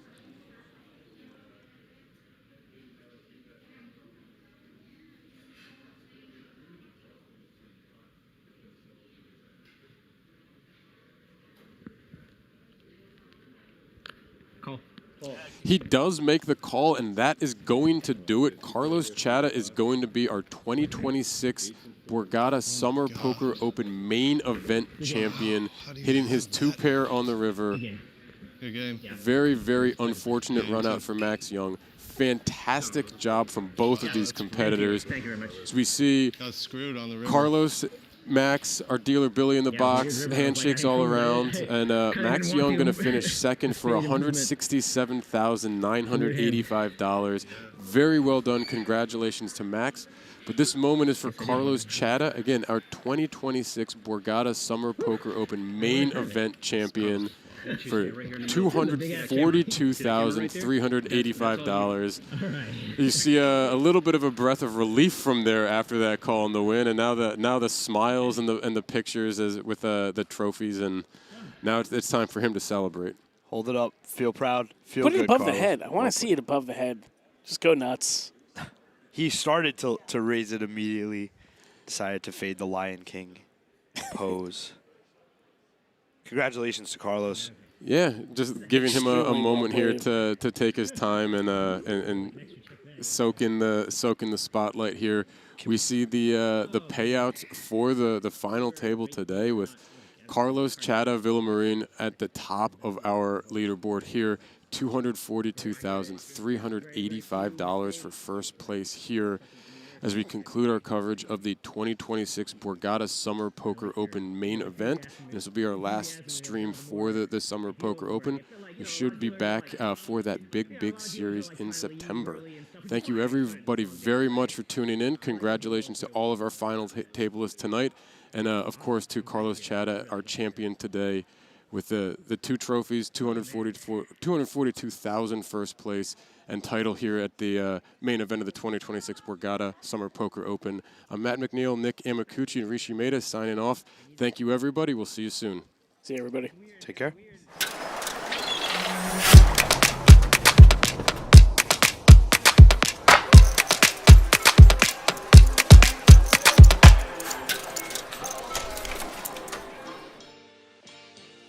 The 2026 Borgata Summer Poker Open Series has finally come to an end, and what an amazing 2 weeks it's been. Congratulations to all of our champions, as well as those who made a deep run. If you didn't get a chance to take your shot, don't worry. We still have more poker action coming up for you in September and November, so come on down and take a chance at being featured on one of our live stream tables and maybe taking home some of that life-changing money.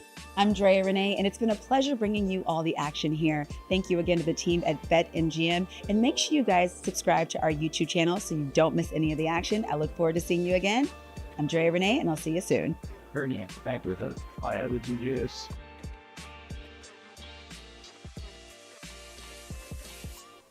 All right, Carlos, congratulations. You are our 2026 Borgata Summer Poker Open champion. What's the big emotion you're feeling right now?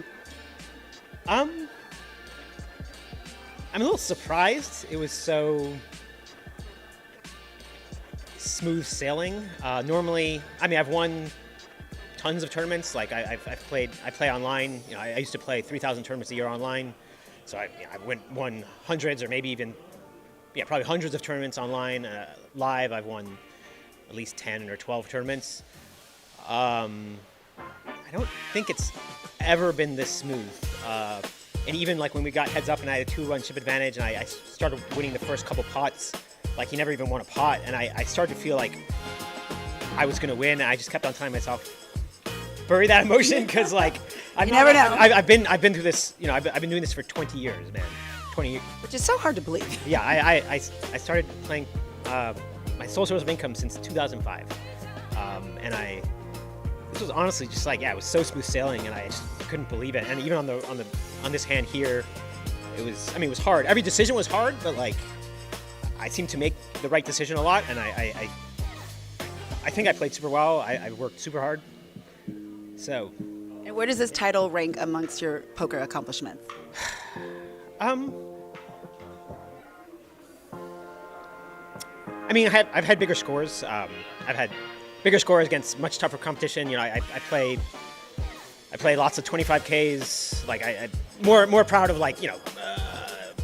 coming in fourth at a 25K in a 25K against the best in the world, or like I had an online 10K. I came in 1 second, 1/3. So those are like much more proud of like just tough competition, like the best in the world. But honestly, I think this is just like, I worked super hard for 4 years. So, and I've really changed the way I played. I spent the last 16 months just grinding mid-limit cash, we'll say, in DC, which was kind of, felt to me like, that was almost my backup plan. I bought a house in Washington, DC in 2017 to live next to a casino because I wasn't winning at tournaments.